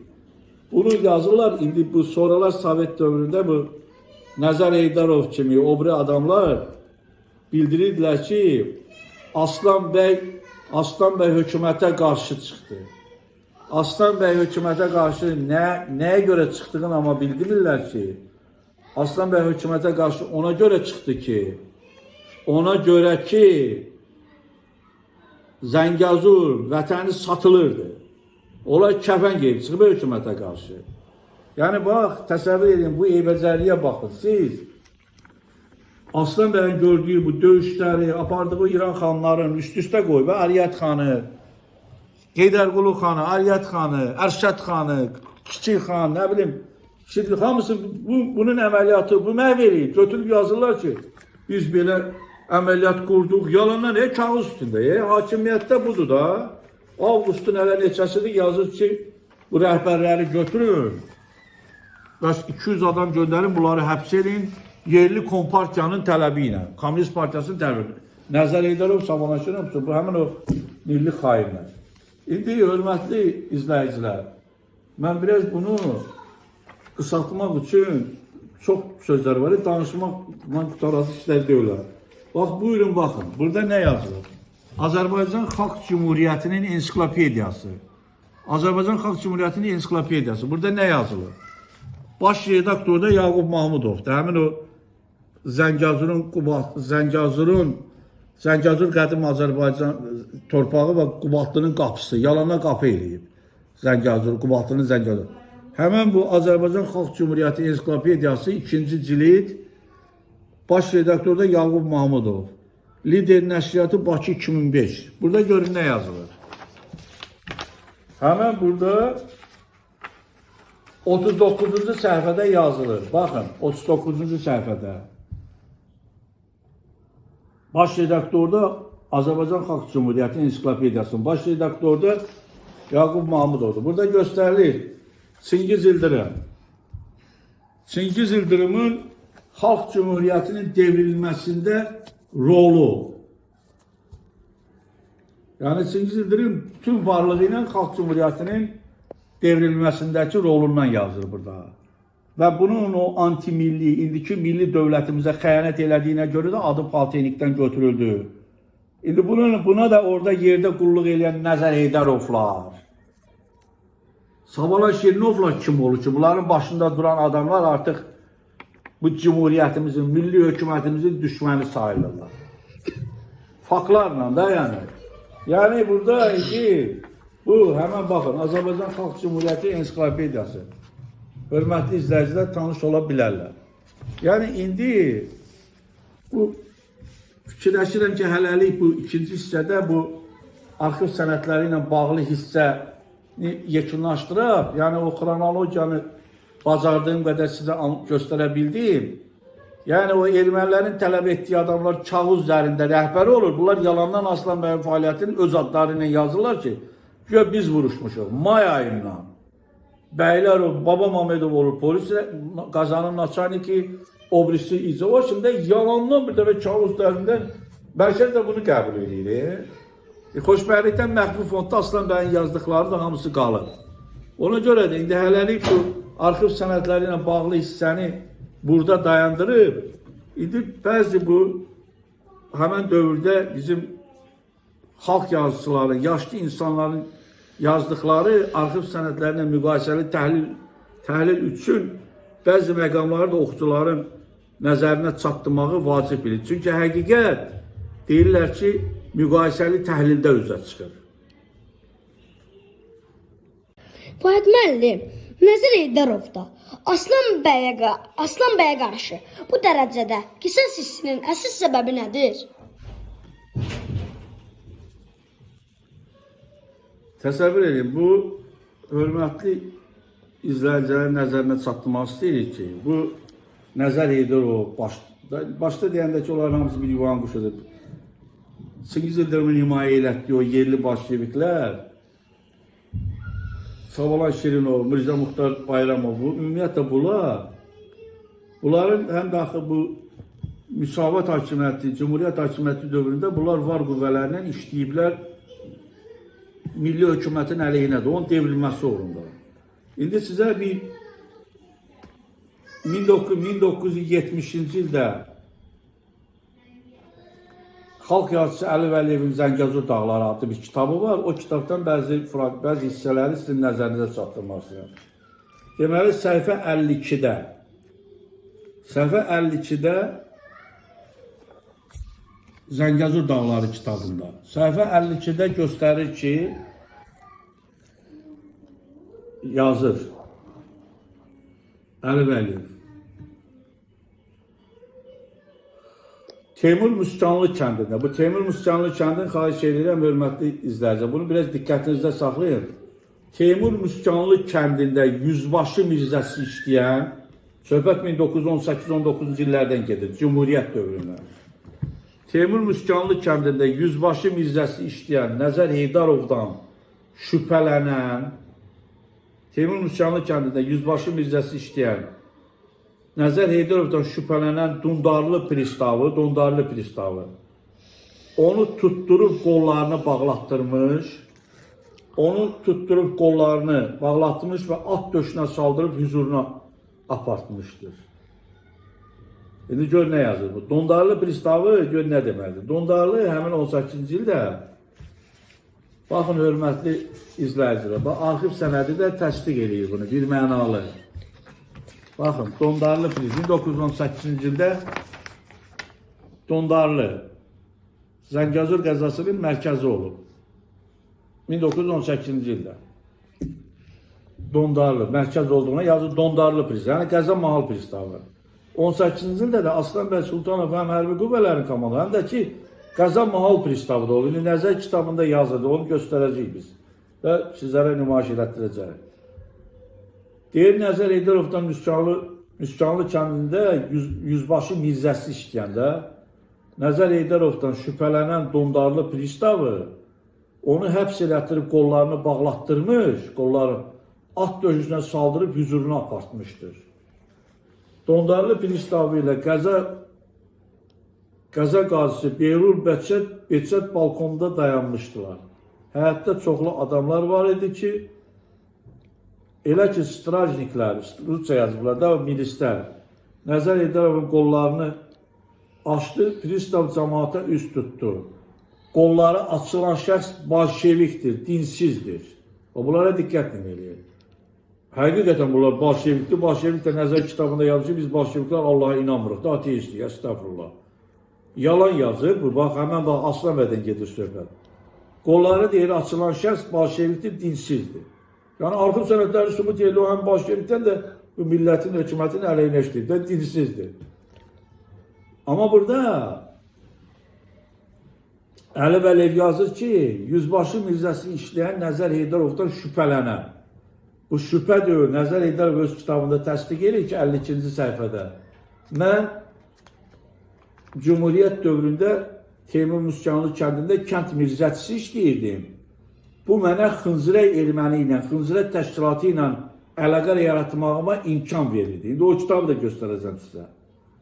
İndi siz buna bir məqama qulaq asın. Aslan bəy bunu həbs elətdirir, Dundarı pristavı yazır, at döşünə saldırıb hüzuruna apartdı və bunu həbs elədi. İndi bu bir səhifədə yazır ki, 53-cü səhifədə. O zaman Şuşada general qubernatorun muavini işləyən məşhur inqilabçı və qorxmaz igid Çingiz Yıldırımın vasitəsilə Nəzər Heydərov azad olunub Gürcülü kəndinə qayıtdı. Gürcülü onun doğma kəndidir. Qeyd etmək lazımdır ki, Zəngəzurda gizli fəaliyyət göstərən kommunistlərdən həbs olunub Şuşa qazamatına kim göndərilirdisə, hamısı tezliklə azad olunub kəndlərinə qaytarılırdı. Bu işdə Çingiz Yıldırım ciddi qoçaqlıq, hədsiz dəyanət və böyük ustalıq göstərir. İndi hörmətli izləyicilər, bir məntiqi sual meydana gəlir. Bu Çingiz Yıldırım belə nüfus sahibi idisə, elə Zəngəzur qəzasında bunu həbs edən əmsi oğlu da Aslan bəy Sultanov. Onu yazır burada, yüzbaşı mirzəsi işləyən Teymur Muskanlı, Nəzər Heydarovu, şübhələnən Dondarlı pristavı Aslan bəy Sultanov. Onu tutturub qollarına bağlatdırmış, at döşünə saldırıb hüzuruna apartmışdı. Yaxşı, bu at döşünə saldırıb bunu aparıb, bunu döydürüb. Onda niyə Çingiz Yıldırım buna mani olmurdu ki, onu orada həbs eləməsinlər? İndi gör dalınca nə yazır. Deməli, bunlar Çingiz Yıldırımın gücü çatmırdı da Gəziyə təsir eləyə, bunun adamların kimsə tutanda, Aslan bəy cəzalandıranda bu Şuşadan güya bunlara kömək eləyirmiş, indi gizli nəsə kömək eləyir. Gör nə yazır burada. Pristavın əmri ilə, yəni Aslan bəy Sultanovun 53-cü pristavın əmri ilə Nəzər Heydərovu yıxıb əvvəlcə üzü qoyulub, sonra arxası üstə döydülər. Nəzər Heydərov əvvəl üzü qoyulub, sonra arxası üstə döydülər. Strajniklərin onu qatı qamçı ilə döyməsi pristavın qəzəbini soyutmadı. Özü cinli tatarı götürüb aşağı yerdi və Nəzərin çılpaq boynunu, yalın ayaqlarını tatara tuta-tuta arabir nəfəsini alır, deyirdi, səni ölüncə vuracağım, haramzadə, ağlın başını yaxan əlimdən qutara bilmir. Yəni Nəzəri belə döyüb, belə eləyib, bu yəni işgəncə, bəs bunda niyə imkan verirdi ki, onda general qubernatorun mavini işləyən Aslan bəyin əmsi olur Çingiz Yıldırım? Əgər bunlar qanunsuz həbs olunubsa, söhbət Cumhuriyyət dövrünə gedir, Demokratik Respublika dövrünə. 18-ci. Bunu belə həbs ediblər, belə döyüblər, belə bunu işgəncə veriblər. Elə qoymazdı da qəzada bunların həbs olunmasına. İndi hörmətli izləyicilər, baxın 52-ci səhifədə Nəzər Heydərov nə yazıb kitabında. Özdə təsadüfən ikisi də həm Nəzərin kitabında bu 52-ci səhifəyə düşür, həm də Əli Vəliyevin, xalq yazısını. Baxın, görün nə yazıb burada. Yazır ki, 52-ci səhifədə 52-ci səhifədə yazır ki, mən Teymur Muskanlıda kənd mirzəçisi işləyirdim. Kənd mirzəçisi işləyirdim. Və bu mənə kömək eləyirdi ki, mən Xınzırək təşkilatı ilə əlaqə saxlaya bilim. O indi təsəvvür edin, hörmətli izləyicilər. O adam özü etiraf edir ki, hansı ki bu Əli Vəliyev yazır, şübhələnən. Ya Aslan bəy şübhələnib bunun ora işləməyindən, bunu aparıb döydürüb, həbs edib. Burada özü boynuna alır ki, mən kənd müzəssisi işləyirdim. Kənd yüzbaşısının müzəssisi işləyirdim. Bu mənə Teymur Müskanlı kəndinin kommunistləri ilə Xınzırə təşkilatı ilə əlbir hərəkət eləməyə imkan verirdi. Onlarla daimi əlaqə saxlamağa. Bu 52-ci səhifədə yazdı. Bunu Nəzər özü etiraf edir. İndi diqqət edin. Nəzər etiraf elədiyi halda özü də 70-ci ildə, 1970-ci ildə o kitabı Zəngəzur Qartalları kitabını yazıb Nəzər Heydərov, Əli Vəliyev. 72-ci ildə də Nəzər Heydərov. Heç olmasa xalq yazısı buna deməyib ki, məni bagaja qoymadan, mən yazmışam şübhələnən, sən özün təsdiq edirsən. Özlərini ifşa edirlər, qurban olmalı. Allah ağıllarını alıb əlindən ki, gələcək nəsillər öz əlləri ilə özlərini ifşa eləməyinin şahidi olur. İndi təsəvvür edin, bunu öz əli ilə yazır ki, mən Teymur Müskanlı kənd icmasında kənd müzəssisi işləyirdim. Bu mənə Xınzırə ilə əlaqə saxlamağa, Xınzırə təşkilatı ilə əlaqə saxlamağa, onlarla əlbir hərəkət eləməyə imkan verirdi. Xınzırə təşkilatı ilə əlbir hərəkət eləyirdi. Həmən bu Nəzər Heydərov, sonralar Azərbaycanda böyük vəzifələr tutmuş, nə bilim o mələk donu geyməyə çalışmış. 53-cü səhifədə nə yazır görün? Yazır ki, bəylərin hüququnu təmin etmək və dikbaş kəndliləri cəzalandırmaq üçün cəza dəstəsi yaradıldı. Cəza dəstəsinə Aslan bəy Sultanov təyin olundu. Yəni, bunları həbs edən, cəzalandıran Aslan bəy güya ki, bəylərin hüququnu təmin etmək və dikbaş kəndliləri cəzalandırmaq üçün bu yaradılır. Sən dikbaş kəndli deyilsən, sən birbaşa anti-milli fəaliyyət göstərsən, sənin arxiv sənədlərində sən milli hökumətin devrilməsi uğrunda sən ermənilərə işləyirsən, bu tərəfdən Azərbaycanın o bolşeviklərinə işləyirsən, milli hökumətin düşmənlərini. Çünki özün də bir nömrəli düşmənsən. Özün də bir nömrəli düşmənsən. Yəni, bax, özü öz əli ilə bunları etiraf edib, hörmətli oxucular. İndi siz təsəvvür edin. Hörmətli oxucular, siz təsəvvür edin, burada bir gülməli məqam var. Təsəvvür edin, 75-ci səhifədə yazır ki, qandalımızı açmadılar. Bizi Pristavın, Sultanovun yanına 25 strajnik gətirdi, apardı. Ya bu, Şuvas Negriymiş, bunu 25 nəfər gətirib Pristavın yanına. Gülməli şeylər yazır. Baxın, biz deyir, idarəyə çatanda Pristav idarəsinə, Qəza rəisi Səhməsbəyovla Pristav Sultanov eyvanda oturmuşdu. Qandalımızı açmadılar, bizim Pristavın 25 strajnikdə Rusya yazır, milis işçiləri. Deməli, bu bir dənə nəzəriyyə bölümdə bir yoldaşın gətirməz, 25 milis işçisi silahlı. Bu, özün o Şuvas Negri kimi təsvir eləmək istəyir. Yəni, bunu 2 milis işçi gətirə bilməzmiş də, 25'i bunu elə özü biabır edir. Elə, məsələn, elə məqamlar var ki, indi təsəvvür edin ki, hörmətli izləyicilər, burada indi, məsələn, görün nə yazır. Burada indi bu tutulmasının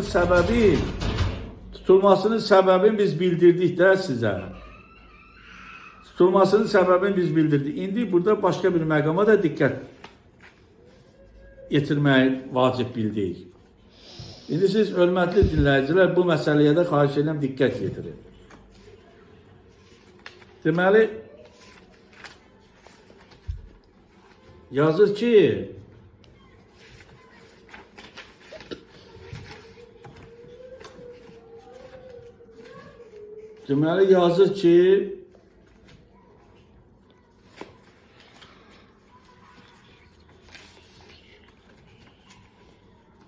bir dəqiqə.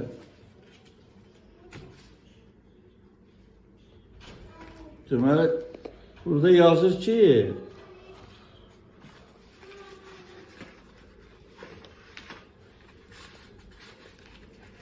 Bizə dəqiqə.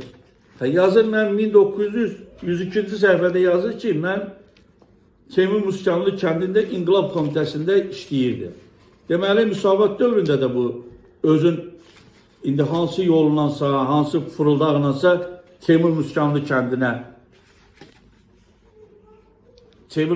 kəndinə gelir də. O hansı ki orada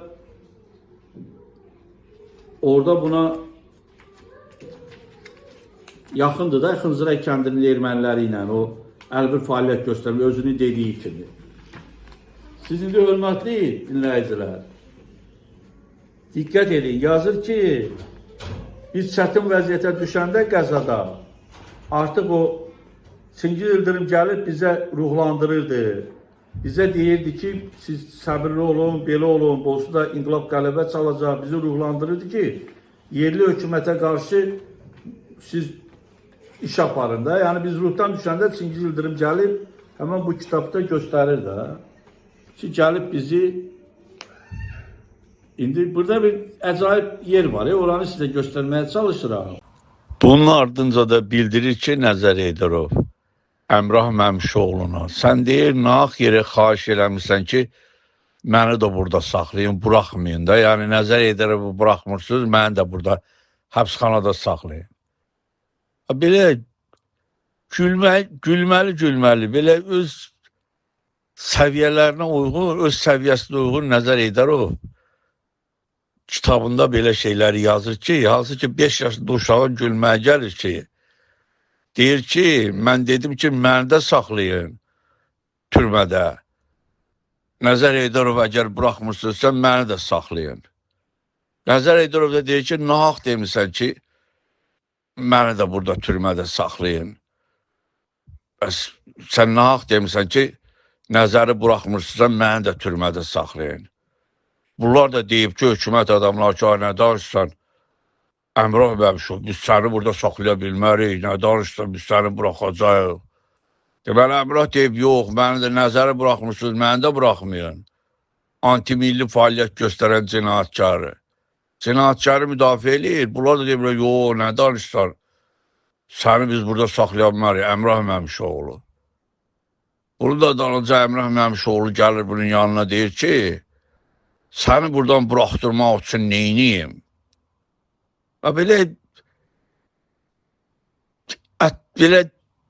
doğruda deyil, belə bunun bizim tarixçilər, xüsusən də Zəngəzurdan olan tarixçilər, yazarlar oxuyub, buna bir rəy vermirlər ki, bu nə dərəcədə bu öz-özünü ifşa eləyir, nə dərəcədə bu cəmaatı nə yerinə qoyur. Bu şey, Məlim Məmməd nağılları bunun yanında reallığa oxşuyur. Deməli, hörmətli izləyicilər, bu Nəzər Heydərov kitabının 56-cı səhifəsində görün nə yazır. Özü bu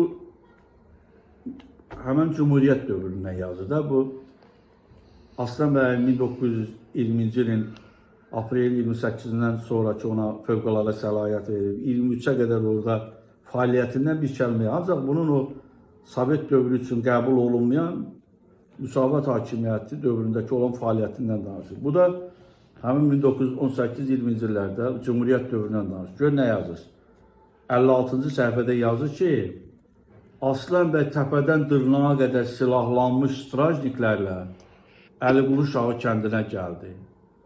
Aslan bəy təpədən dırnağa qədər silahlanmış strajniklərlə, milisçilərlə. Belə yazır, Rusça yazır.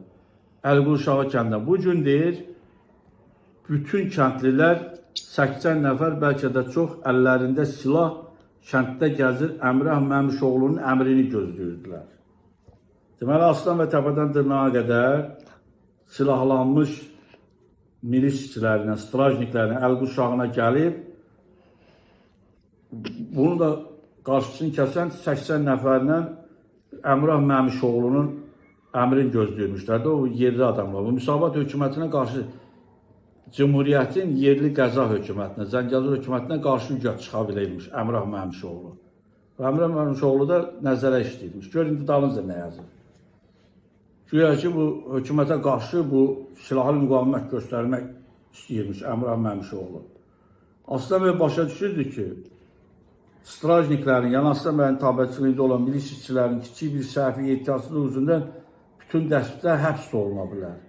Yaxud da hamısını qırarlar. Yəni Əmrah Məmşoğlu bu 80 dənə kənd adamı ilə hökumətin Qəza Mahal Pristavı, milis işçiləri ilə gəlib bunlara indi nə səbəbdən gəldiyini burada yazmır. Yazır ki, o başa düşürdü ki, bunların kiçik bir səhvindən bunları ya qırarlar ya da həbs edirlər Əmrah Məmşoğlu. Aslına bir qədər söhbətdən sonra adamlarına atlanın əmri verdi. Geri qayıtdılar. Siz təsəvvür edin.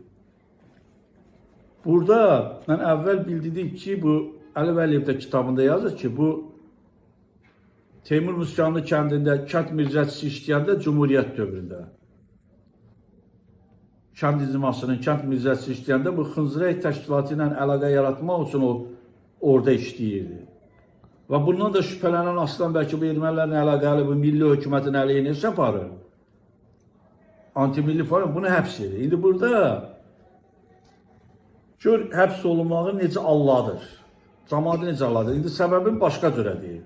Təsdiq eləyir 52-ci səhifədəki düzdür. Mən həmin o Teymur Muskanlı kəndində mən orada kənd mircəçisi işləmişəm və orada Xızrə ermənilərlə mənim əlbir fəaliyyətim üçün bunlarla əlaqə saxlamışam. Bu yaxın məsafə olduğuna görə o Teymur Muskanlını seçib həmişə.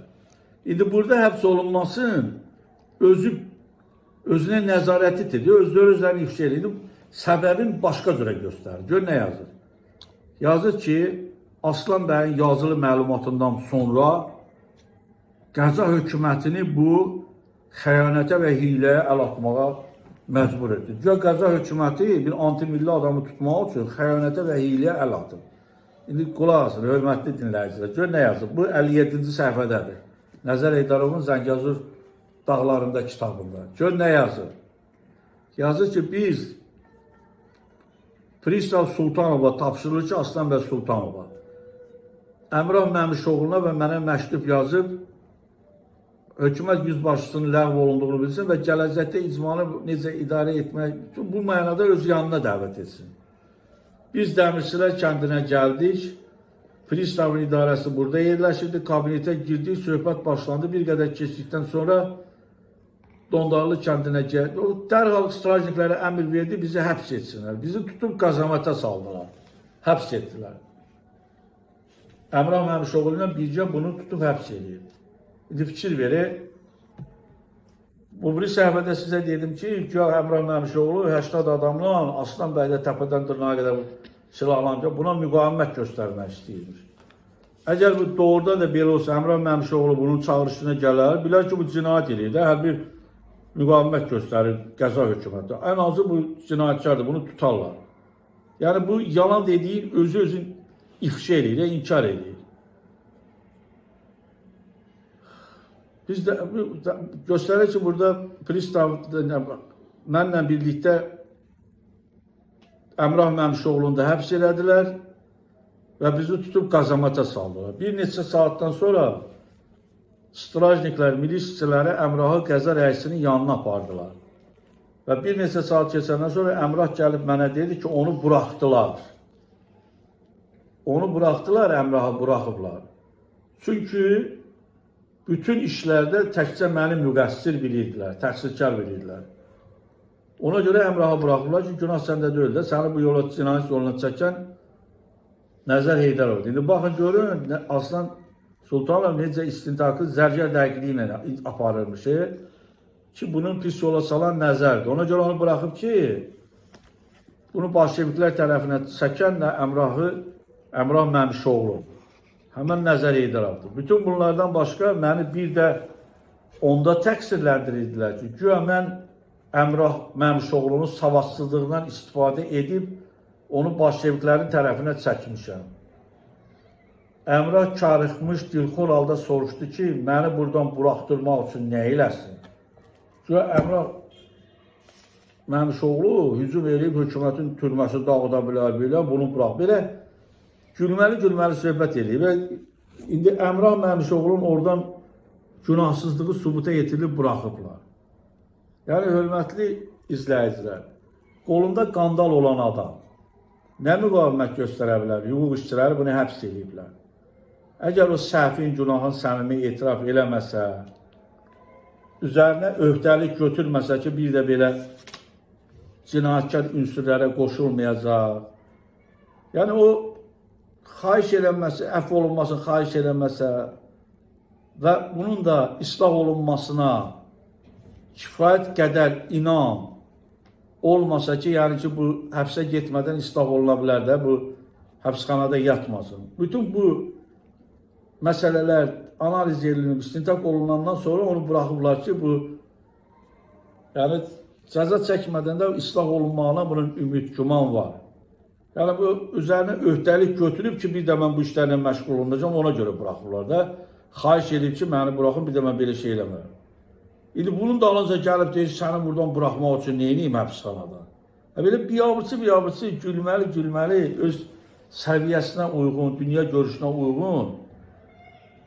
İndi əgər hörmətli izləyicilər, 56-cı səhifədə yazır ki, Aslan və təpədən dırnağa qədər silahlanmış strajniklərinə Əliqulu Şağı kəndinə gəldi. Həmən bu Əmrah Məmşoğlu'nun kəndinə. Bugün deyir, bütün kəndlilər 80 nəfər, bəlkə də çox əllərində silah gəzir. Əmrah Məmşoğlu'nun əmrini gözləyirlər ki, kəndlilər. Güya hücum edib Aslan bəy dəstəsi hökumətin adamını, hökuməti qarşı çıxırdı. Əgər belə olsa, o Aslan bəy onu buraxardı ki, bunlara silahlı müqavimət göstərməyəcək. Görür bu, özün inkar edir, ifşa edir. Yəni, indi bu tərəfdən də deyirsən ki, məni həbs elədilər, mənim həbsdən sonra məni döyməyə başladılar. İndi şallaqlar boynumun ardından tutmuş dabanıma qədər hər yerimə dəyirdi. Nəhayət strajniklər yorulub məndən əl çəkdilər, milisçiləri. Sonra məni döydülər, bir elədilər, çarığımı çıxardıb, corablarımı çıxardıb, yalın ayaqlarıma vurdular. Yaxşı, sənin çarığını çıxardıb, corablarını çıxardıb, yalın ayaqlarını, Əmrah Məmşoğlu haradaydı, gəlib səni tutarardı da. Bunun danışıqlarına baxın, yazdığına baxın, dediklərini, xahiş edirəm bunu bir müqayisə edin, gör özünü ifşa edir, təksib edir. Yaxşı, sənin bu Çingiz İldırım haradaydı ki, qubernatorun mavini işləyirdi o vaxtı. Seç olmasa deyərdi onun corablarını çıxardıb ayağına, çarığını çıxardıb döymür də, çarığı ayağında qalsın. Bu çarığın ayağını çıxardıb döymür. Sonra deyir, tüfəngin başını strajniklər birinin ucunu, strajniklərin birinin ucunu da o birinin ucuna koydular, ayaklarımı tüfəngin qayışına keçirdilər, asıla qalmışdım. Qan başıma vururdu. Buna dözmək olardı mı? İndi strajniklər çılpaq ayaklarımın altına vururdular. Bəs haradaydı Çingiz? Ayaklarımın altına vururdular. Bəs haradaydı Çingiz? Səni xilas edən, o Əli Vəliyev də yazıb ki, bunları xilas eləyirdi. Aslan bəy həbs eləyirdi, Qəzə Mahal bizdə. Bu da ancaq daha ki, yaxşı, bəs Əmrah haradaydı? Əmrah Məmşoğlu. Sənin deyirsən, ayağın parça-parça, çarığımı çıxardıb belə vururdular. Yalın ayaqlarımı. Bəndə niyə Əmrah Məmşoğlu gəlib səni xilas eləmirdi? Dalınca da yazır, mən döyülmüş, yorğun halda məni gətdilər həbsxanaya, nə bilim, atdılar həbsxanaya. İndi hörmətli izləyicilər, arxiv sənədləri ilə bu kitabı müqayisə eləyəndə nə qədər bu tariximizi saxtalaşdırdığının şahidi olur. 41-ci səhifədə yazır ki, Qəza rəisi əslən Cumhuriyyət dövründə Mığrı rayonundan olan, Mığrı Əlidərə kəndindən olan Məhəmməd Sərməsbəyov idi. Qəza Mahal pristavı da Sultanov idi. İcmanın başçısı da Əmir bəy Sultanov idi. Aslan bəyinin əmisi oğlu. Yəni deməkdə bunu məqsədimiz, hörmətli izləyicilər, indi hesab edirəm bu ikinci hissə üçün bunu yekunlaşdırmaq lazımdır. Əli Vəliyev orada yazır, şübhələnib, Nəzər özü deyir, mən orada işləyirdim, təsdiq edir. Burada Əmrah Məmşoğlu hökumətə qarşı Aslan bəy təpədən qırnağa qədər silahlanıb gəlib, Əmrah Məmşoğlu 80 adamla silahlı ilə gözləyirmiş ki, Oradan Aslan bəy hökumətə qarşı çıxar. Sonra Aslan bəy bunları çağırıb ikisini də həbs edir. Sonra Əmrahı buraxır ki, bütün günahlar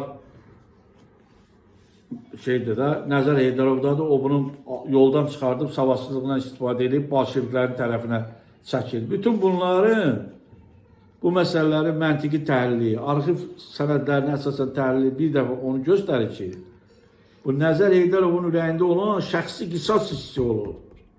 Bu şəxsi qisas hissi də bunların o, məsələn, əsas bunların o ağsaqqalları, bunların o arxalandığı Molla Abbası yazır ki, 71-ci səhifədə mənim bacım Molla Abbası Alquşağıdan qayıdırdı. O körpünü keçəndə Aslan bəy qarşısına çıxdı, strajniklərə əmr verdi, onu həbs elədilər və bunu tutub salıblar qazamata.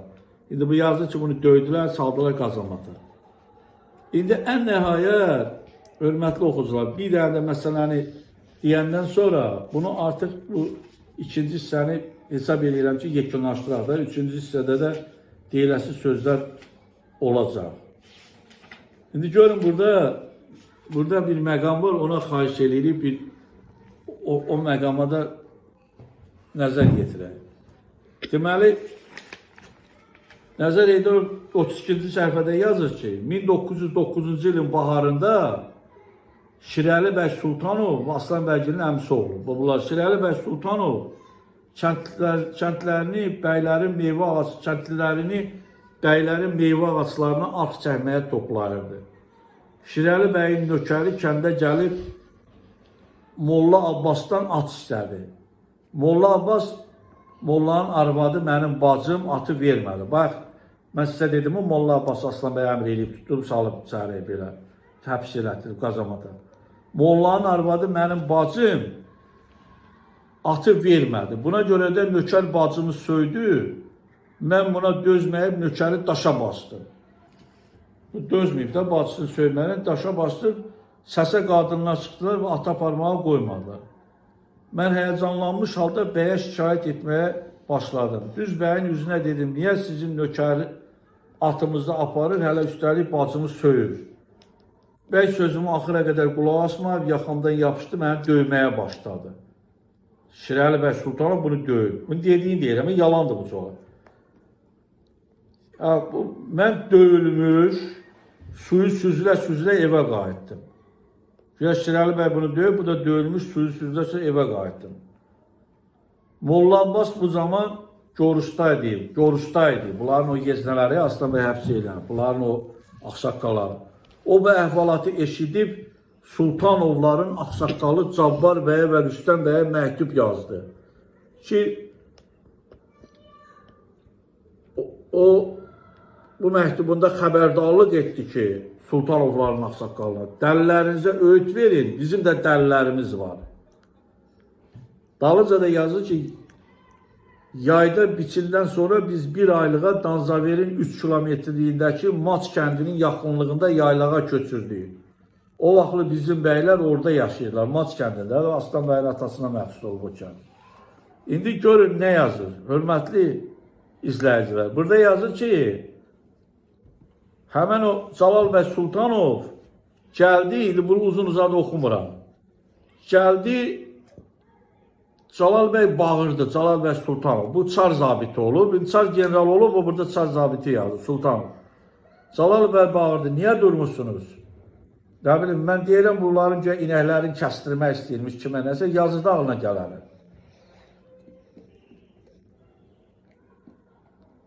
Qoca atam bəyi görüb yavaş-yavaş qıçları əsə-əsə qabağına getdi. Nəzər Heydərov yazır ki, 33-cü səhifədə, hörmətli izləyicilər. Qoca atam bəyi görüb Cəlal bəy Sultanov yavaş-yavaş qıçları əsə-əsə qabağına getdi. Cəlal bəy bundan soruşur, hanı yezlə? Yəni o Sultanovların ağsaqqalına yazır, dəlilərinizə öğüt verin, bizim də dəlilərimiz var. Onlar yəni, cavabını verərlər. Bu da deyir, hanı yezlə bizə o məktub göndərib ki, dəlilərinizi öğüt. Bax, harada qaçıb gizlənir? O da, Molla Abbas da bu Sultanovların ağsaqqallarına bu məktubu yazandan sonra qaçıb gedib gizlənir. İndi bunu dalınca gör ne yazır. Hanı Gezdən deyib, Nəzərin atasına deyib, onun üstünə qışqırdı və qolaylanıb qocaya bir şillə vurdu. Qolaylanıb qocaya bir şillə vurdu, atam yerə sərildi. Zalal bəy Sultanov atasına şillə vurub, Nəzərin atasına. Atası da yerə sərilib. Mən bəyin üstünə atılmaq istədim, amma əmim oğlu Ələkbər qoymadı. Bunun atasını döyürlər. Bu atılmaq istəyir, əmisi oğlu qolmuyor. Sonra qorxu üçü bilməyən bacısı deyir ki, qalx ayağa düşmənlərimiz bizə gülər, bir gün Allah onların cəzasını verəcək. İndi təsəvvür edin, bunun atasını döydüklərin gör nə deyir. Bu cümləyə qulaq asın, hörmətli izləyici. Yazır ki, bizim və bacımgilin alaçığında baş verən əhvalata biz kolun dalından tamaşa edirdik. Gizlənib kolun dalından tamaşa eləyirmiş Nəzər. Atasını Cəlal bəy necə şilləliyir, necə döyür, qışları əsib. Atam deyir, qorxusundan qışları əsdi. Yəni ki, o qoca atam bəyi görüb, ya o qışları əsdi, hanı Gezdən deyə onun üstünə qışqırdı, qolaylanıb qocaya bir şillə vurdu. Atam yerə sərildi, mən bəyin üstünə atmadım. Yəni bu hadisələri deyir ki, mən kolun dalından izləyirdim. Bax, həmin atası döyüləndə bu hadisələri kolun dalından izləyən bir qeyrət simvoluna dırnaq arası. Təsəvvür edin, Nəzər Heydərov kitabında buna nə ad qoyur? Qeyrət və namus simvolu Nəzər Heydərov. Heç olmasa, ay xalq yazısı, bunun kitabını oxuyamında bu yazıb ki, atamı şillələyəndə bunu kolun dalından biz izləyirdik. Gizlənib kolun dalından hadisələri izləyirdik, atamı döyəndə.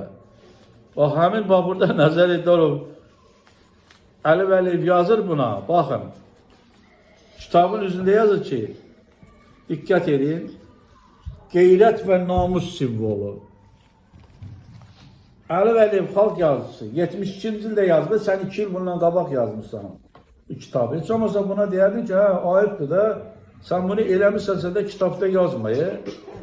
Mən səni yazmışam qeyrət simvolu, nə bilim, namus simvolu. Amma sən yazırsan ki, atamı şillələyəndə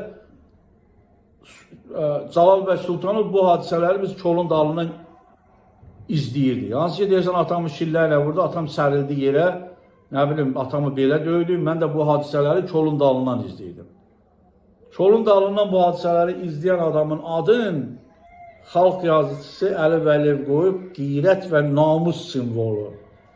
Hörmətli oxucular, bu məsələlərə xahiş edib özünüz, ələl xüsusda Zəngəzurdan olan tarixçi alimlər bu məsələlərə diqqət yetirmələrini xahiş edirəm.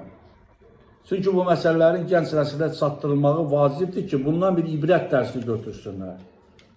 İndi fikirləşirəm ki, burada bu məsələləri hələlik burada o ikinci hissəni də yekunlaşdıraq. İnşallah üçüncü hissədə də Zəngəzurda baş verən hadisələr barədə məlumat verməyə, arxiv sənədlərinə istinadən, faktlara istinadən bəzi indiyə qədər məlum olmayan məqamlar barədə hörmətli izləyicilərə məlumat verməyə çalışacağım. Sağ olun. Bir daha mən hörmətli izləyicilərdən xahiş edirəm, bu məsələləri analizlə yanaşın, təhlillə yanaşın, üzümü tuturan bu tarixçi alimlərə, gənclərə asılın. Bu məsələlərə diqqət edin, rəy verin, rəy bildirin. Arxiv sənədləri meydandadır, ortadadır. Bunlara o yalan yazan xalq yazıcısının, cəmaatı aldatmaq, ay hörmətli xalq yazıcısı, xalqı təhqir eləməkdir. Cəmaatı aldadırsan, gələcək nəsillər, qəhrəmanların, yiğitlərin qoyub sənin uydurduğun yalancı insanlara qəhrəman biləcək. Yalancı insanları özlərinin xilaskarı, yəni keçmişlərinin bir liderləri biləcək. Ona görə də bir daha xahiş edirəm, bu məsələlərə diqqət yetirin. Hamınıza təşəkkür edirəm. Xahiş edirəm, bütün bu məsələlərə tənqidli yanaşın və öz rəyinizi bildirin. Sağ olun.